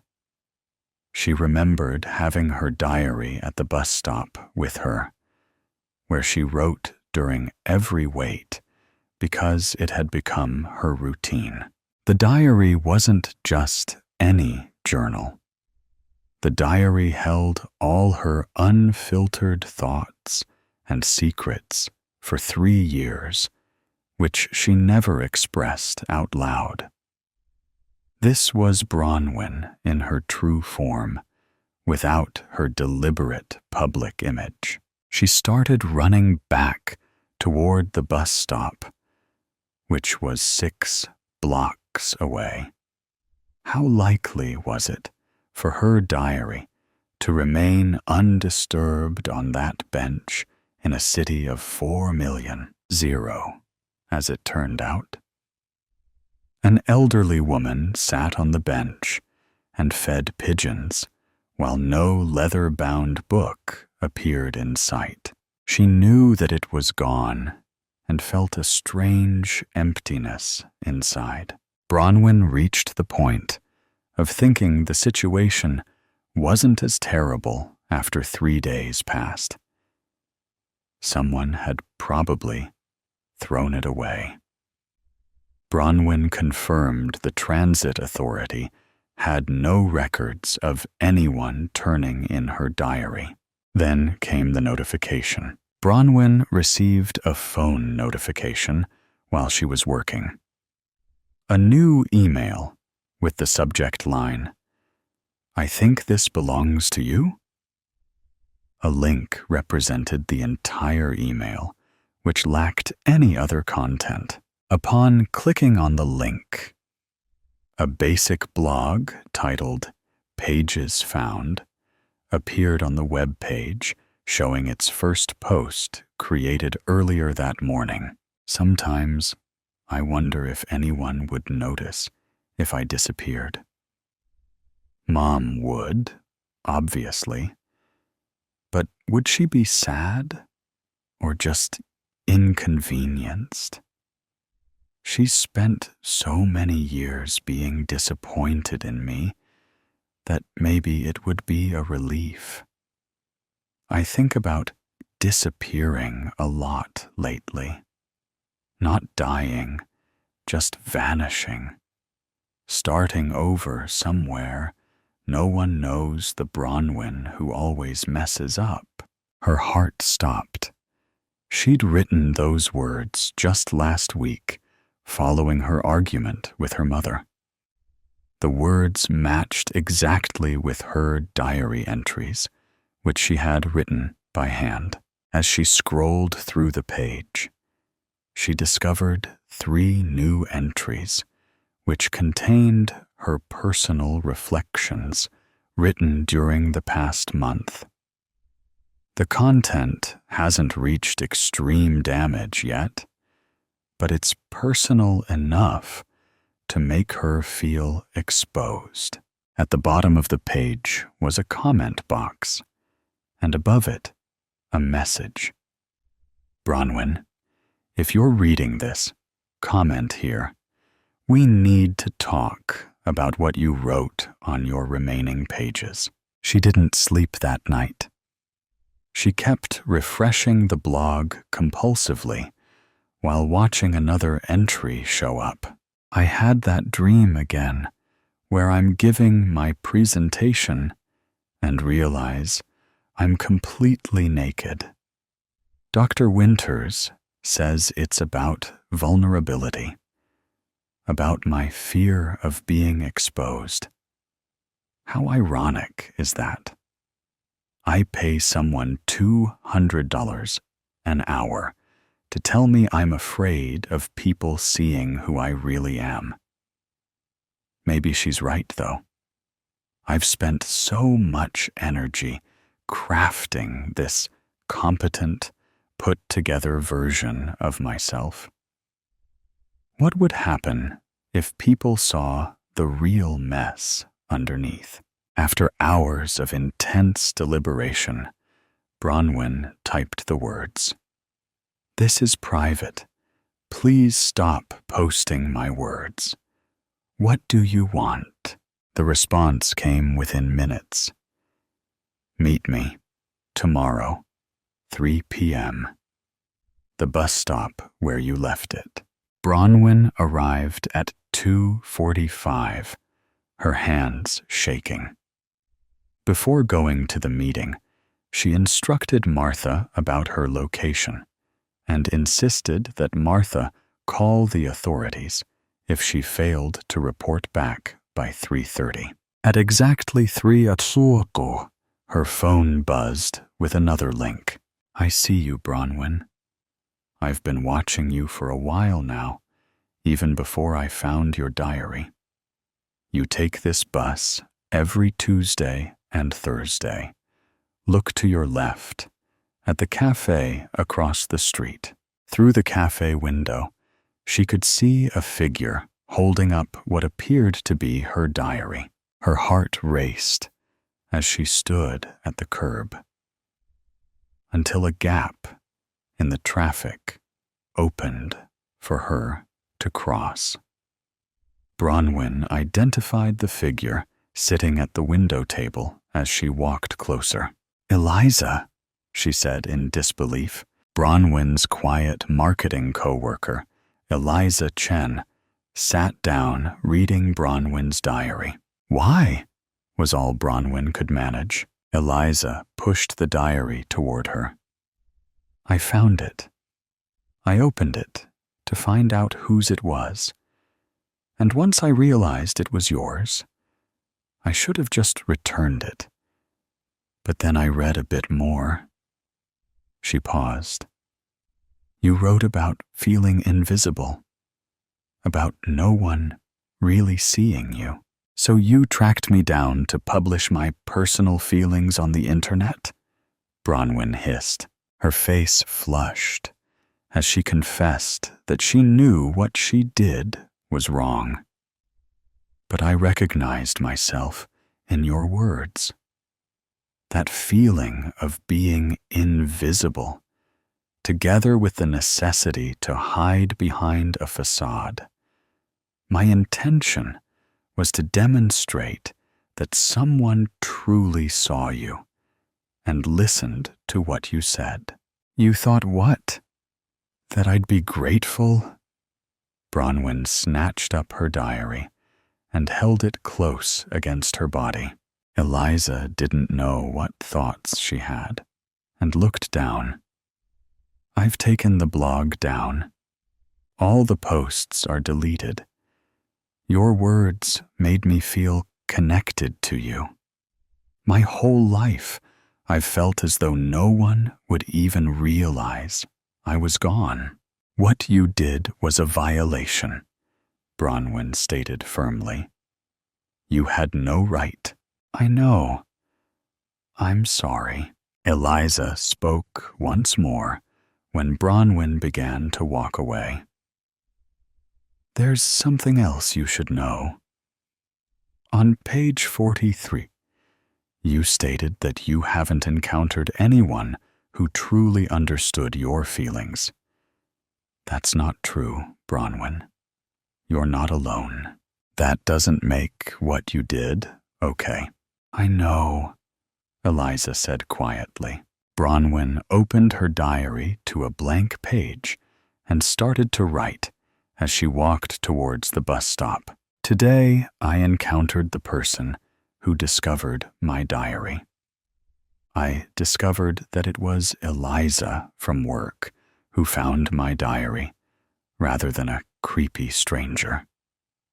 Eliza expressed her connection with me through the words I wrote. I remain angry, yet feel uneasy about how someone who barely existed to me understood me so well. Eliza mentioned my writing.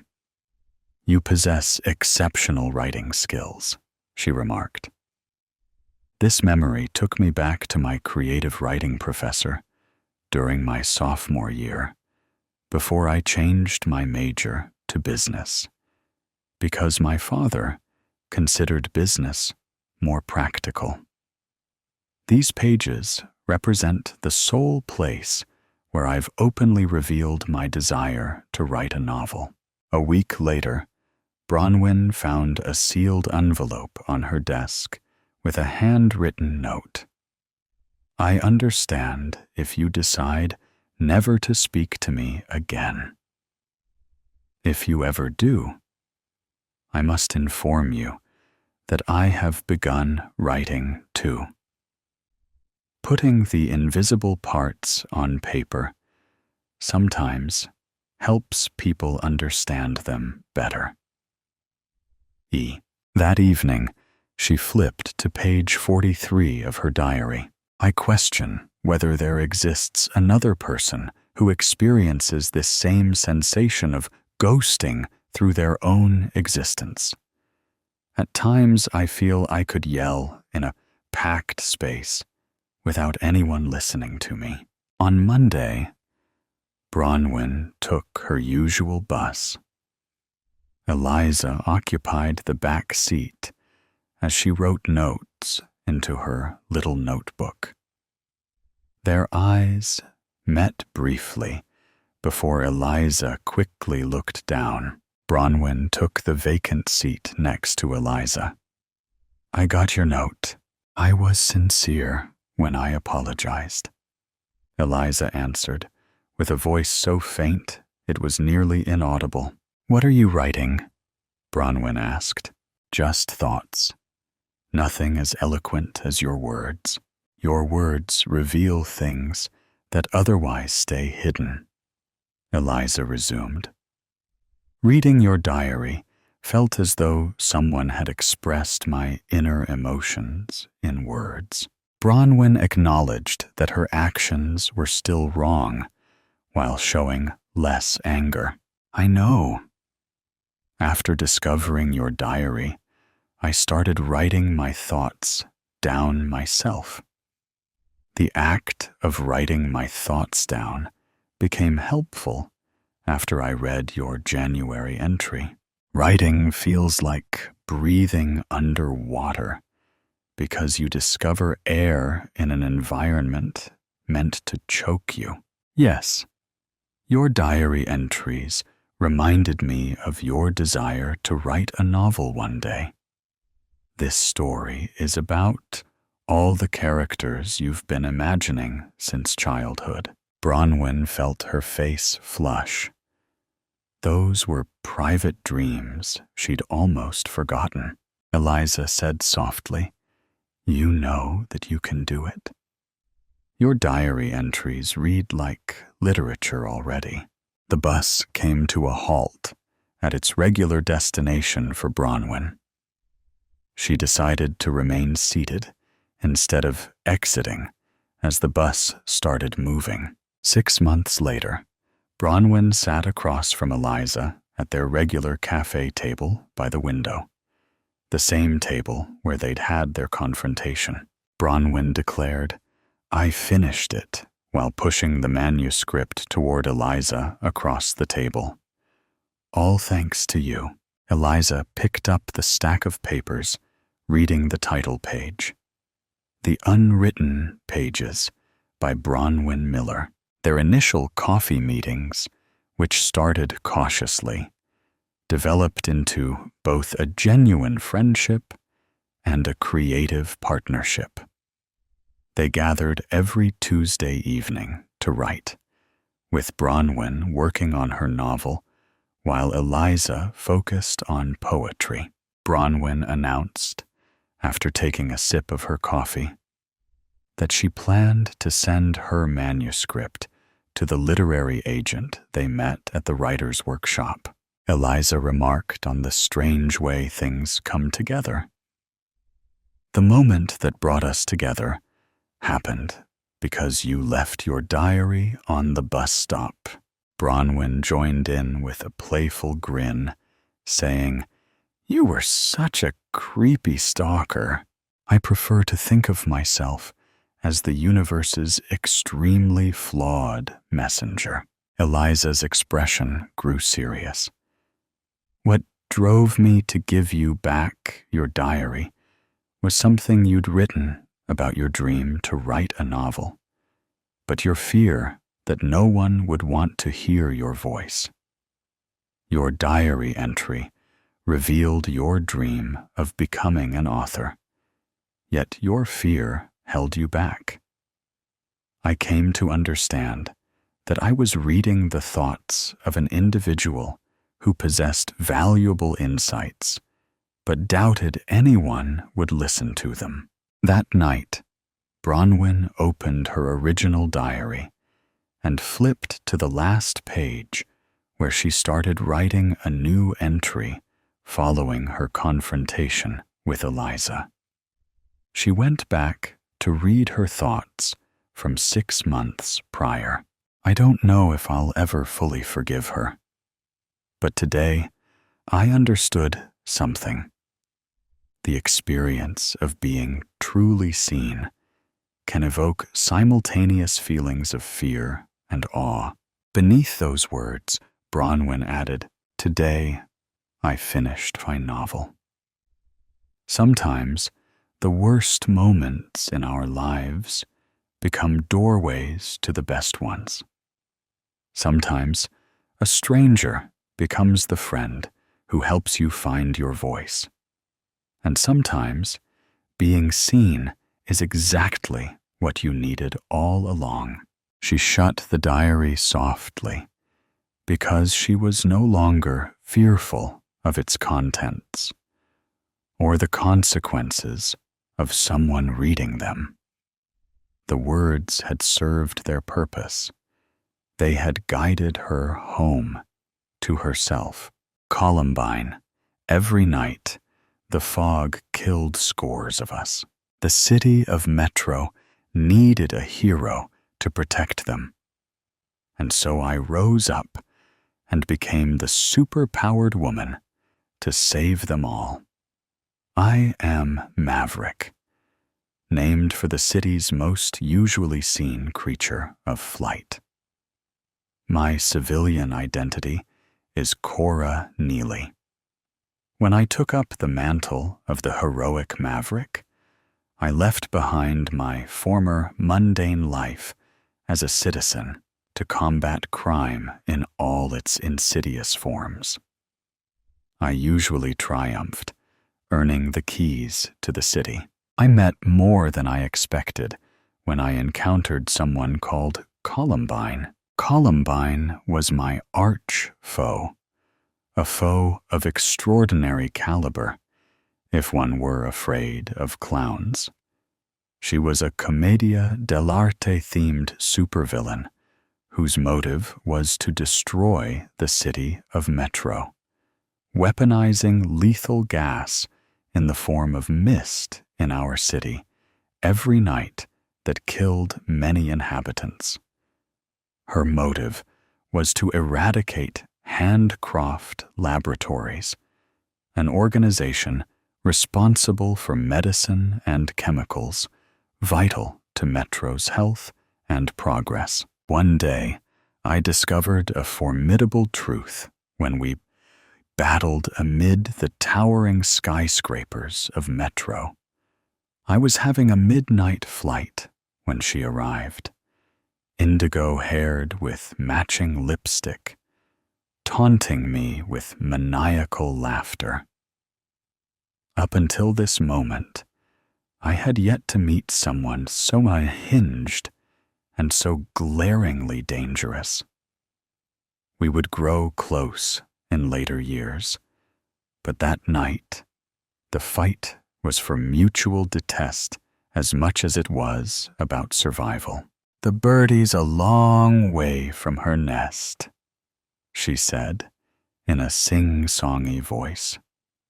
Columbine's face was contorted into a grimacing leer behind her clown half-mask. "Metro is mine to protect," I told her. "I hail from the faraway citadel of Celestion, where we have no tolerance for common criminals such as yourself. I dare you to fly, to fight. Come and stop me," she said, firing bullets at me. My wings deflected her shots. I swooped into the air with metallic wings, shedding my trench coat. Once I reached her level, on the rooftop where she stood, I lurched forward, holding her by the neck. She pivoted, slashing at me with an intricate dagger.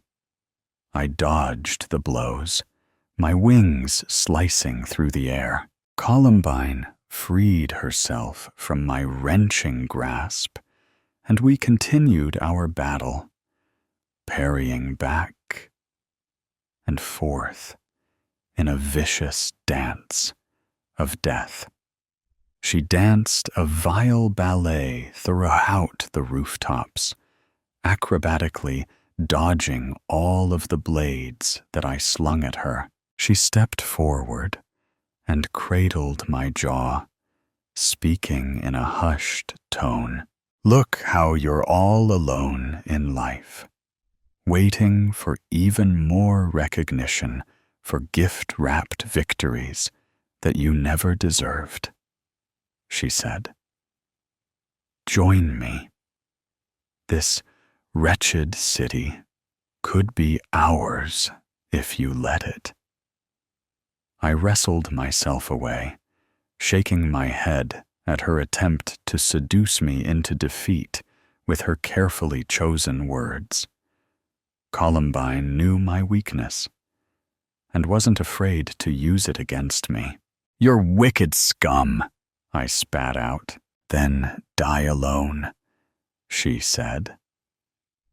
Was it true that she was truly insane?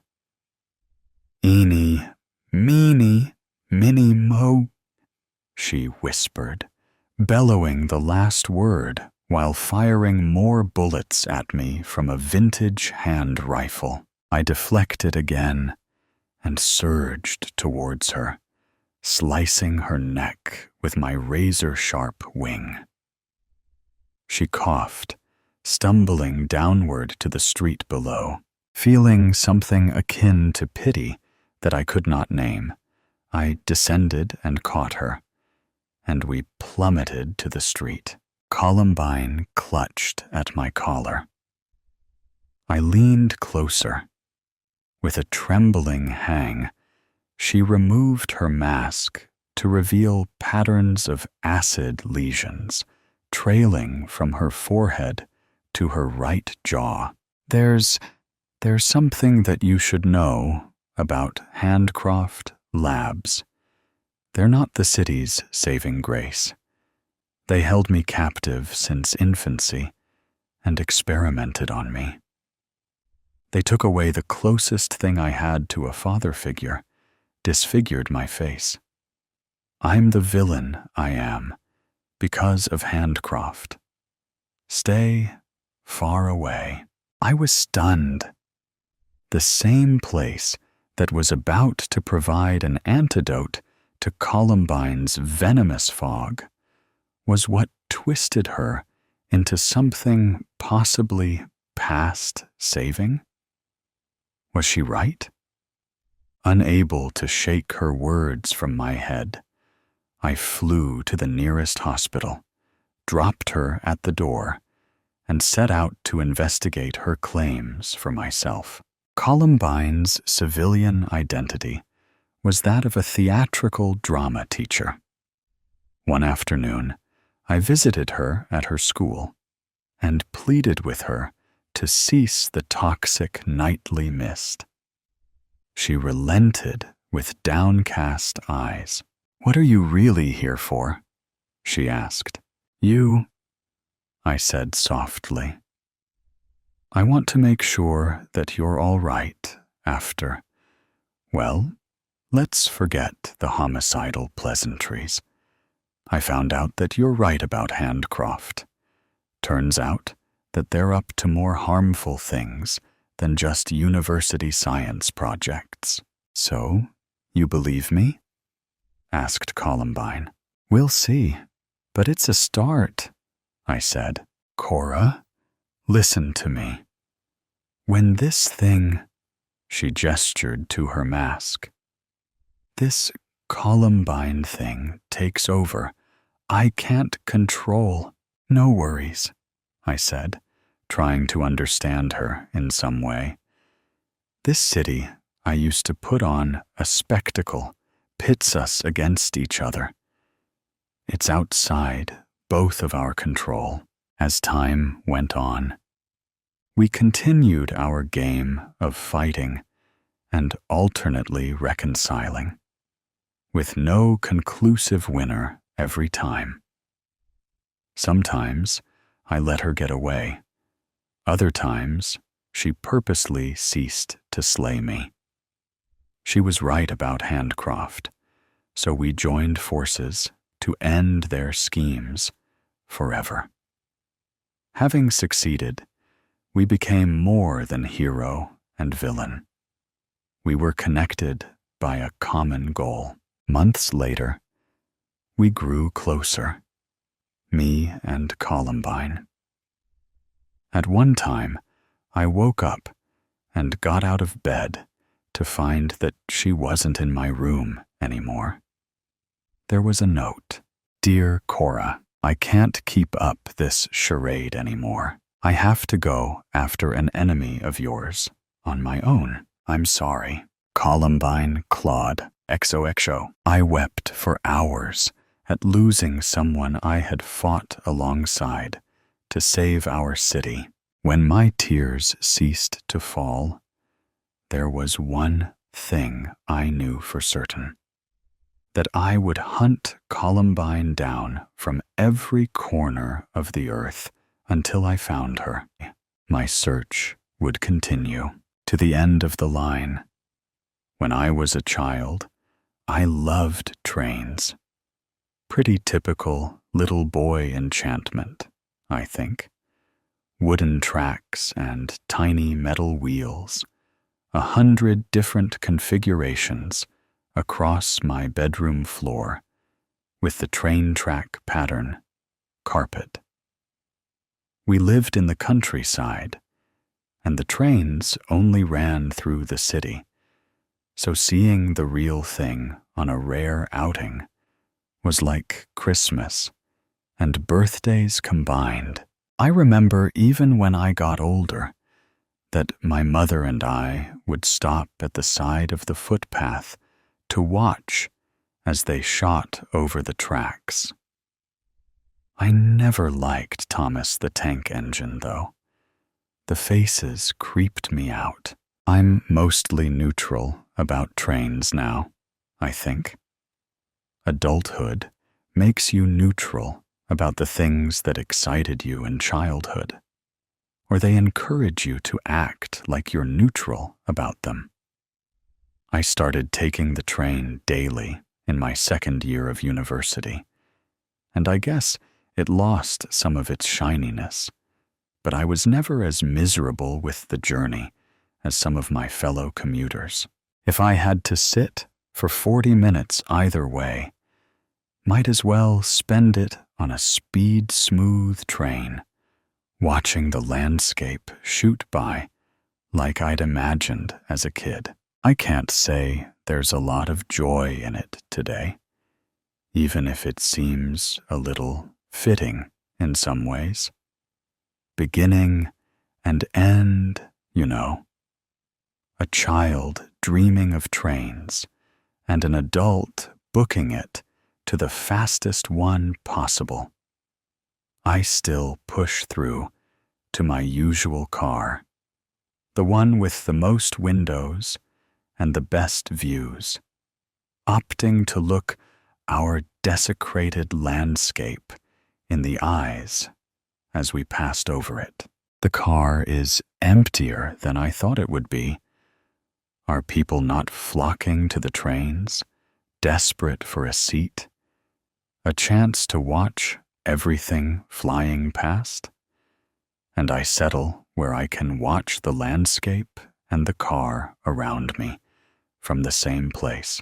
I rode to the end of the line once, when I had first moved to the city, and just wanted to quietly indulge that train-loving child still in my chest. I moved from seat to seat as the train emptied, getting the best views, and just existing in the feeling. I think I was listening to Imagine Dragons, or something equally fitting for my youth, just watching everything fly past and trying not to think about grades and professor and facsimiles of friends. All of that stuff had seemed so important back then, like it was the whole world. Today, I'll make that same trip. The end of the line with my eyes on the horizon. No music, though. Today, I'll keep my focus sharp. The car fills slowly and brings with it more commotion than usual. Groups of people talking in frantic pitches and hysterical sobs. Some are dark and grouchy.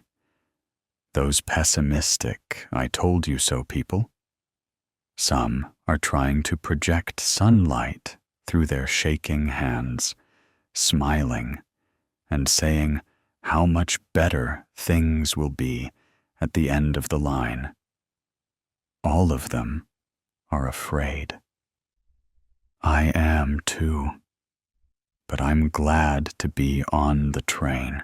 The train seems to be faster than usual when it at last sets off. I suppose safety restrictions around speed don't matter anymore. It's still safer than off the train, and there's less to worry about when nothing is coming in the other direction. When we pass the motorway, everything is the same. All the cars heading north, nothing passing the other way. All the lanes filled up to the brim. Those are the people who couldn't leave a thing behind, who filled their seats with books and family heirlooms and nice coats. A nice thought, but none of them will make it to the north.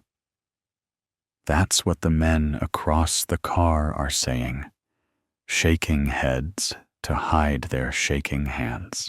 We ride for maybe half an hour before someone spots them. It starts with gasps of horror among friends, pointing and screaming. Then a child crying uncontrollably in one of the further cars. There are packs of them on the highway, stopping the cars and creating barricades to capture as many drivers as possible. A few of the trucks and four-wheel drives manage to push their way off the asphalt and rattle down onto the grass, careening wildly into any direction that is away, for any dwindling possibility of safety. Some of them make it, but even then, that's only for now. We've seen enough now to know that the carnage will only grow. We all know that the North isn't going to be safe for much longer either, but trains are good for running. We can leave it behind for a little while. They don't go after the electric cars, someone pointed out a few weeks into the first attack. Drawn to the noise of the gas guzzlers, maybe, or the stink of the exhaust. Back then, the attacks were still distant enough that you could brush that off as propaganda from parent to child. A myth to encourage quiet voices and regular bathing. But it went from an unreal kind of warning to a stark reality. With patrols in the streets and locked doors and halting economy, then the conspiracy theorists reasoned it was government propaganda, some kind of leftist agenda to keep the gas cars off the streets. But then the patrols all got turned, and then nobody really felt safe enough to joke about it anymore. They were saying this city would be the first to go. It looked like something out of a movie from 2014 that teenagers watched religiously, swearing up and down that it wasn't just some dark fiction, but a prediction of the future. This was where we were heading. Kind of ironic, because everyone ignored them, even though the main character of every movie was a teenager being ignored. I guess there were plenty of warnings. We were still all so late to pack up and leave. I guess I felt like it was a weird thing to do alone. Great timing, social anxiety in the midst of the apocalypse. But even now on the train, everyone's in a group. Those teenagers' girls hyperventilating with their Stanley drink bottles by the windows. Those elderly folks joining wrinkled hands and sharing memories they're grateful for in the aisle seats. The grizzled old men trying to pretend they don't care about each other when they'd waited for the others to leave, risked their lives in doing so. They're always in groups in the movies, too, even if only so one of them can get infected and traumatize the rest of them. Maybe I shouldn't have moved so far away. I would at least have my mother then, probably disturbingly nonchalant about the whole deal. As infected numbers grew and showed in increasingly graphic fashion on the evening news. "They won't get us," she would be saying, maybe doing some knitting or embroidery or something equally casual. "They're still people," I would say. My train sets wouldn't be out anymore, but I'd still have them, tucked into an old wooden chest. Maybe I'd be sitting on it, gravitating to them as I gravitated to everything from childhood. And when it came to the north, when the screams were heard without turning on the TV, I wondered if she'd show fear then, or simply lock the door and light the fire. I probably could have unlocked the door with black in the whites of my eyes, crawling up my veins, sobbing hideous ichor as the infection twisted my brain, begged me to find a new vessel, begged me to become that which I'd been running from. She would be too stubborn to run then. I would tell her that it wanted me to kill, wanted me to submit and drag down whoever I could. And she would offer her chest and her veins and take the pain that way. "It's always been you and me, Bug," she'd say, without a trace of sadness or regret. "Bring me with you. We'll see what comes next." They're coming closer to the train now. Someone is praying in a faltering fashion that suggests they might not have bothered in a long time. The conductor's voice comes over the intercom. "Stay calm, the tracks are clear, and we're making good time." But it doesn't do anything to calm anybody. We're in the frontmost car, so they'll reach us last. But we'll also be the last to see them coming. It would have been nice to travel in a group, but I've never been very good at groups. Nobody ever feels the same as you about everything, which means that everybody sucks at least a little bit. It's still nice to imagine conversation, but the imagined conversation is much more between several variations of myself. The me in early college that's listening to Imagine Dragons, watching the apocalypse, and thinking about those homework due dates that we won't live to see. The child me playing with wooden trains and cheering to pass them in the street. Maybe once or twice a year, for a moment, I consider sending a photo to my mother. Consider asking her if she would want to be infected if it was me, or if I should roam with the pack and see her later. We haven't been talking much lately either. She sends me a link to Facebook sometimes, and I send her a picture of the meal I door-dashed sitting in a dirty pan. I don't know how to segue into asking how she wants me to die. There's a fresh wave of screaming and sobbing, twice the finality of anything else.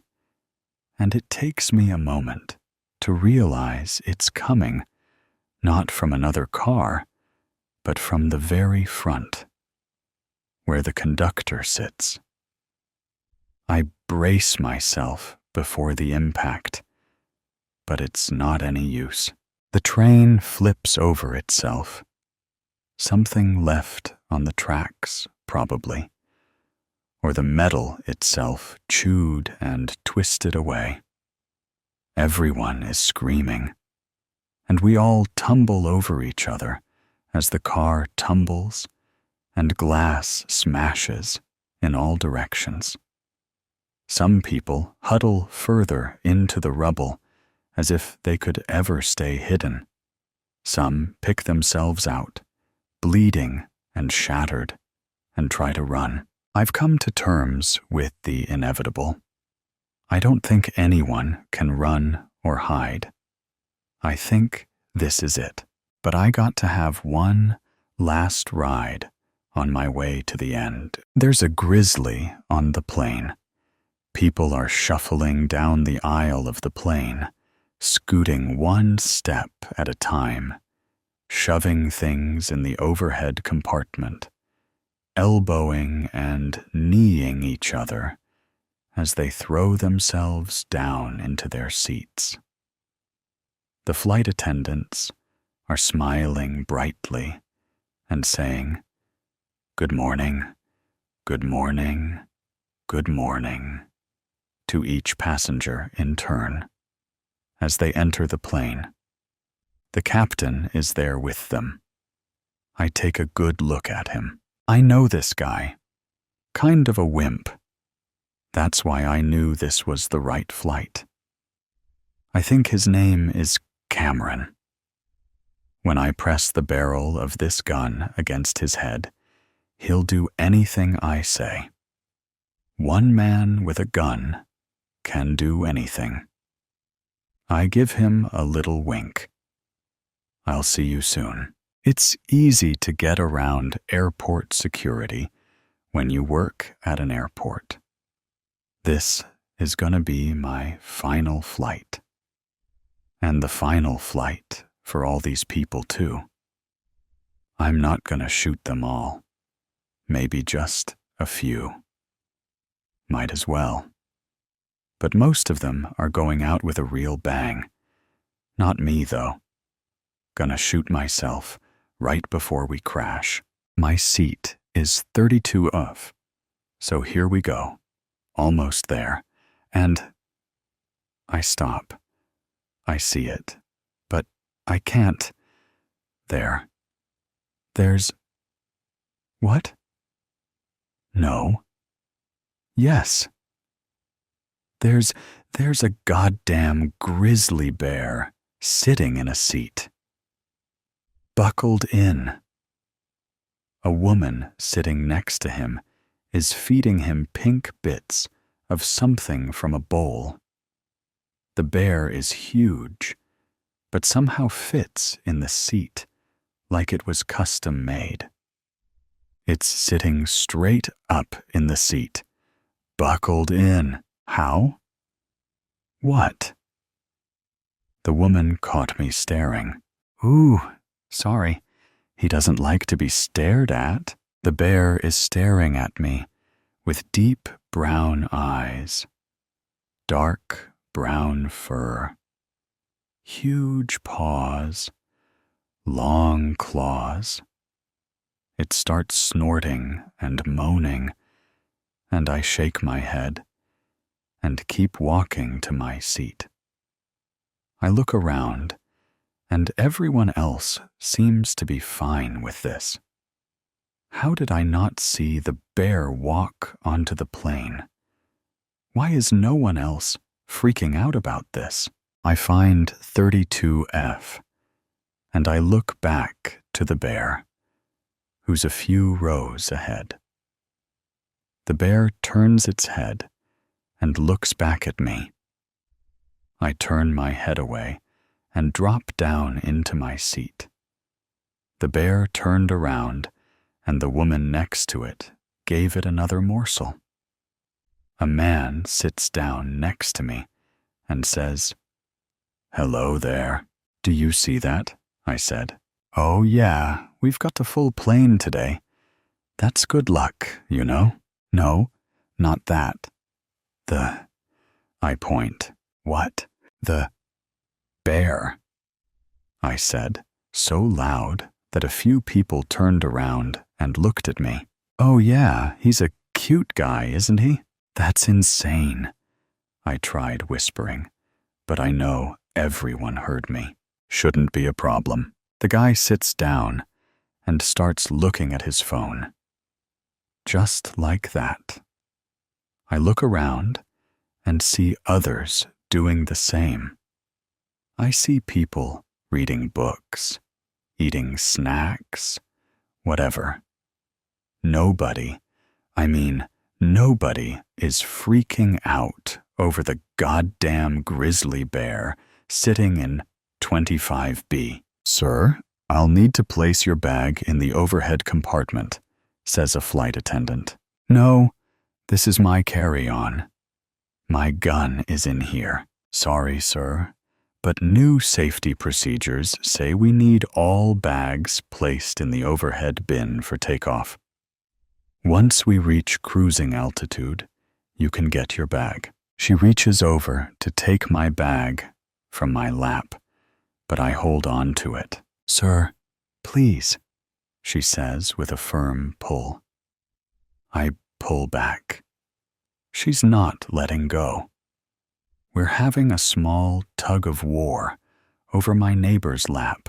"Let her have the bag, just doing her job," says my nonchalant neighbor. I let go, and she opened the compartment over my seat.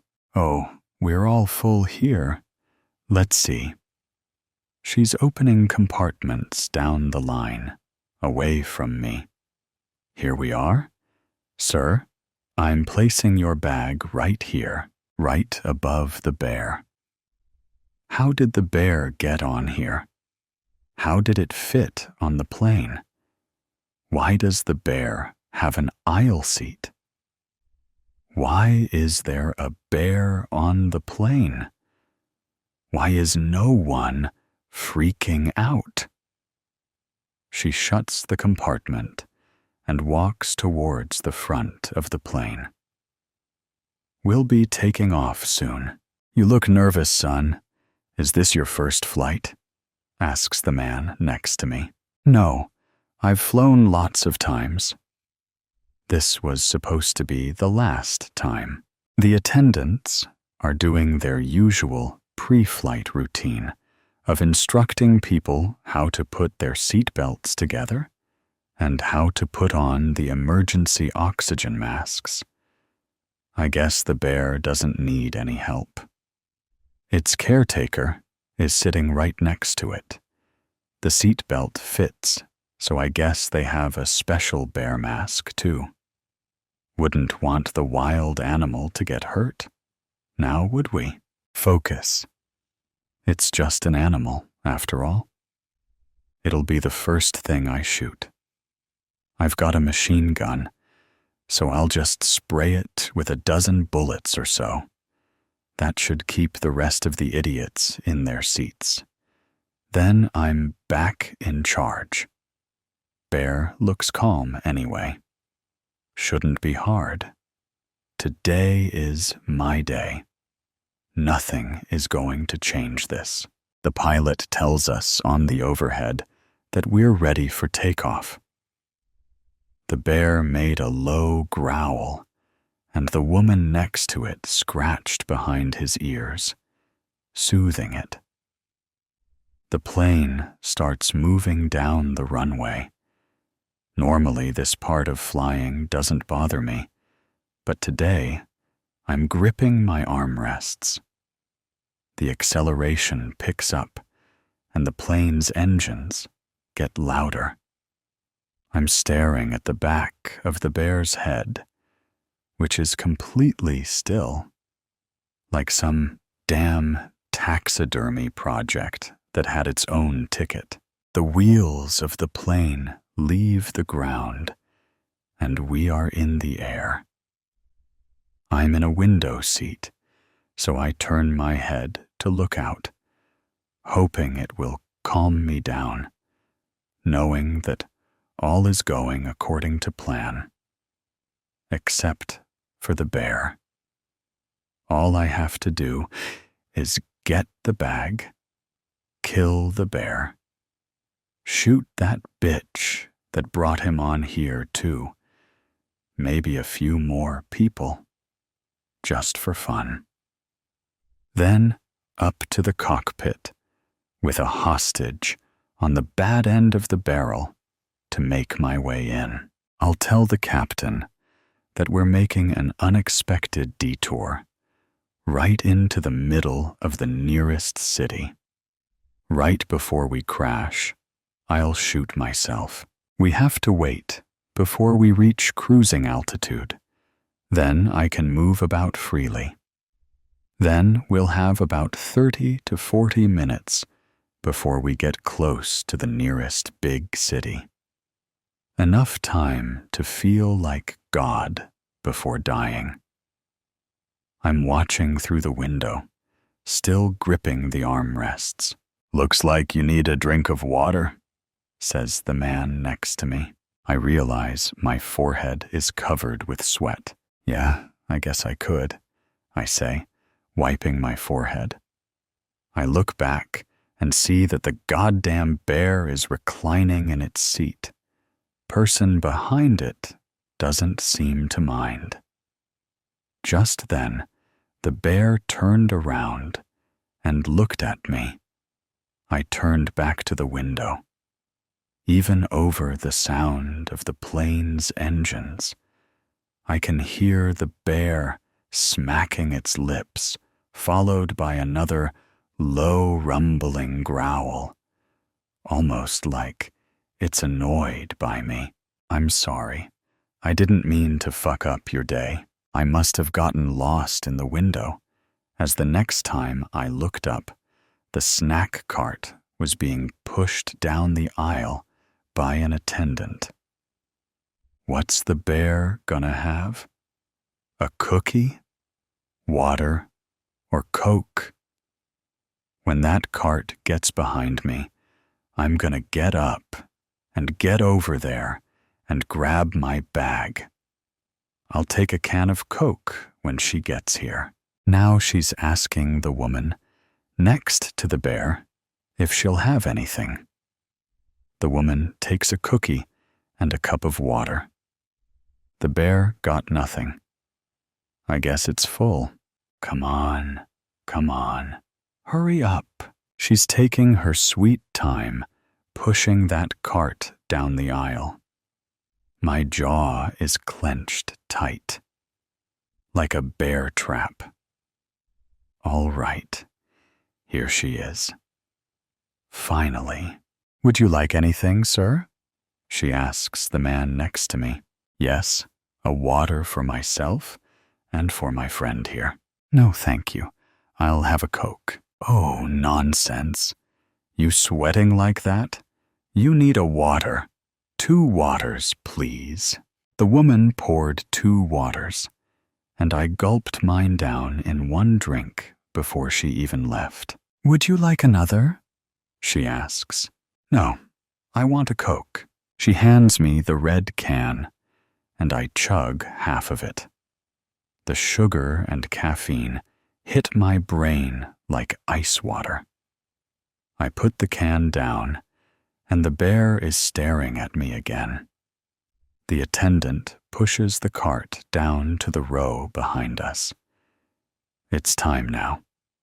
The bear is still looking back at me. I'll give it a minute, finish my drink. You know, I had a bear like that when I was younger, said the man next to me. What? Oh yeah, his name was Popper. Great bear. You ever had a bear? No, I fucking haven't. I'm gonna kill this son of a bitch too, right after the bear. The bear is still staring at me. And now I'm staring back. I finish my can of Coke and crunch it in my hand. I'm in control here. It's time. Now. Right now. Let's go. I unbuckle my seatbelt and stumble across my neighbor's knees, almost falling into the opposite row. A lot of people notice and are now watching me, but the bear is now looking straight ahead, unaware of me. I think it's cool. Just a few steps, open the compartment, and start blasting. This is my day, and nothing is going to screw it up. The aisle seems a mile long, and it's taking all my willpower to pick up my feet for every step. I make it to the compartment, the bear sitting right next to me.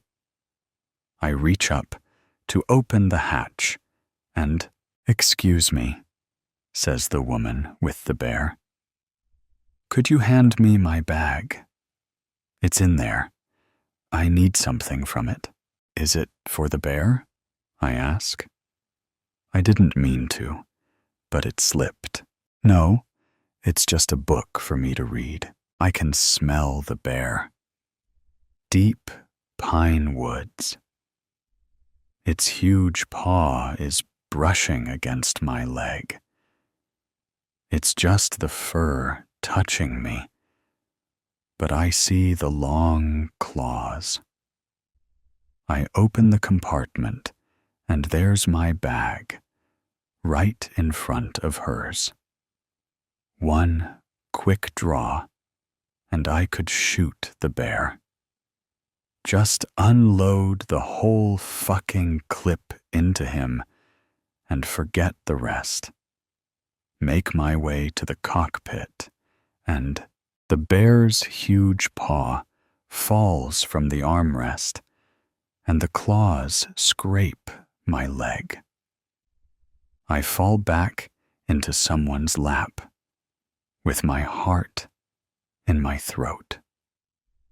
I look at the bear, and it's still in its seat, eyes closed, breathing deep. That low rumble, which is louder than the engines.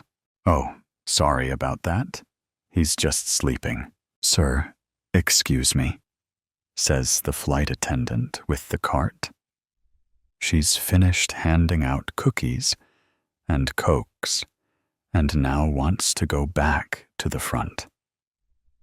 With the look on her face, I believe she would run me over if she could. She grabbed the lady's bag and handed it to her and closed the compartment. "I need something out of there," I say. "Yes, sir. I'll—" She stops and nearly falls over her cart as the plane has hit sudden turbulence. I bump into the person sitting behind me, opposite the compartment. "Sir, get back to your seat." "I just need—" "Sir, you need to get back to your seat." The plane bumps and shakes, and now the bear is awake and growling. The woman hands him some pink bit out of a container, which I can now see is fish. Salmon. The bear snacks and smacks, but still makes that growling sound, making an awful mixture of sounds. The attendant has pulled the cart backwards down the aisle, leaving me an open path to my seat. The bear looks at me with salmon hanging from its jaws, so I crawl and stumble back to my seat. "Buckle up. It's a bumpy ride," says the idiot sitting next to me. I'm going to kill the bear, then him, then the attendant, then the woman. I buckle my belt, and still my head slams into the window. People are screaming, kids are crying, the plane is bumping and rattling. The captain's voice comes over the speaker, saying, "Ladies and gentlemen, please remain in your seats. We are experiencing extreme turbulence." The bear is growling and tossing in its seat. The woman tries to feed it more salmon, but the bear isn't having it. He swats away her hand with a huge paw, and the pink salmon goes flying across the plane. The bear tosses and turns and rumbles harder than the plane and breaks free. The goddamn thing has gotten out of its chair. I have to go now. I unbuckle my seatbelt, and the moron next to me says, "You don't want to do that, son." I punch him in the mouth, just so I know I got him one good time before this is over. I'll take this bear down with the rest of them. I brace myself against the seats, and I take small steps with firm feet, and make my way to the compartment. The bear is squeezed in the aisle on all fours, bouncing off the seats, but mostly steady. Facing away from me. Good. Almost there. I grab the seat it used to sit in, and I open the compartment. I unzip my bag, and I see the machine gun. It's already loaded. All I have to do is grab it and open fire. Never killed an animal before. It's kinda like a bonus. The plane has settled. No more turbulence. Everything is still and smooth, and I hear the bear make a noise. I turn to see it facing me. On all fours, it's half as tall as me. "Oh my, thank you, thank you. Please, help him to his seat," says the woman. He just loses his temper when there's turbulence. I look back to the bear, who's looking at me with deep brown eyes. Just take his paw and help him to his seat. I'd help you, but I hurt my ankle in all the trouble. Just take his paw. I don't know why, but I stick out my hand. The bear puts its paw out and softly lights on my palm. It makes some kind of noise that I can't figure out if it's aggressive or friendly. I slowly back up, keeping my eyes on the bear as it walks towards its seat. The bear sits down, and she buckles him in, and the whole plane starts clapping. They're saying, "Aw," and "how sweet," and whatever else. "Are you fucking kidding me?" The captain's voice over the speaker says, "Ladies and gentlemen, we seem to be in the clear now, but I am asking that you remain in your seats for the remainder of the flight. Thank you." Sir, that goddamn attendant again. She appeared like a fucking ghost. "Please return to your seat." I'm so goddamn flabbergasted. I don't know what to do. Just whatever. I shut the compartment. I take my seat. The guy sitting next to me is holding his mouth, but pulls his hand down to say, "Good job back there. I forgive you for socking me. We all get a little emotional sometimes under pressure. It takes a brave man to do what you did, risking yourself for that poor animal. I'm sure he appreciates you." I don't know what to say to that. I look out the window and see the big city, so small way down below us. I watch as clouds fill the window and blot out the city with pure white. I look back at the bear, who's looking back at me. I stayed in my seat for the rest of the flight, grabbed my bag, and deboarded the plane. Not one bullet fired.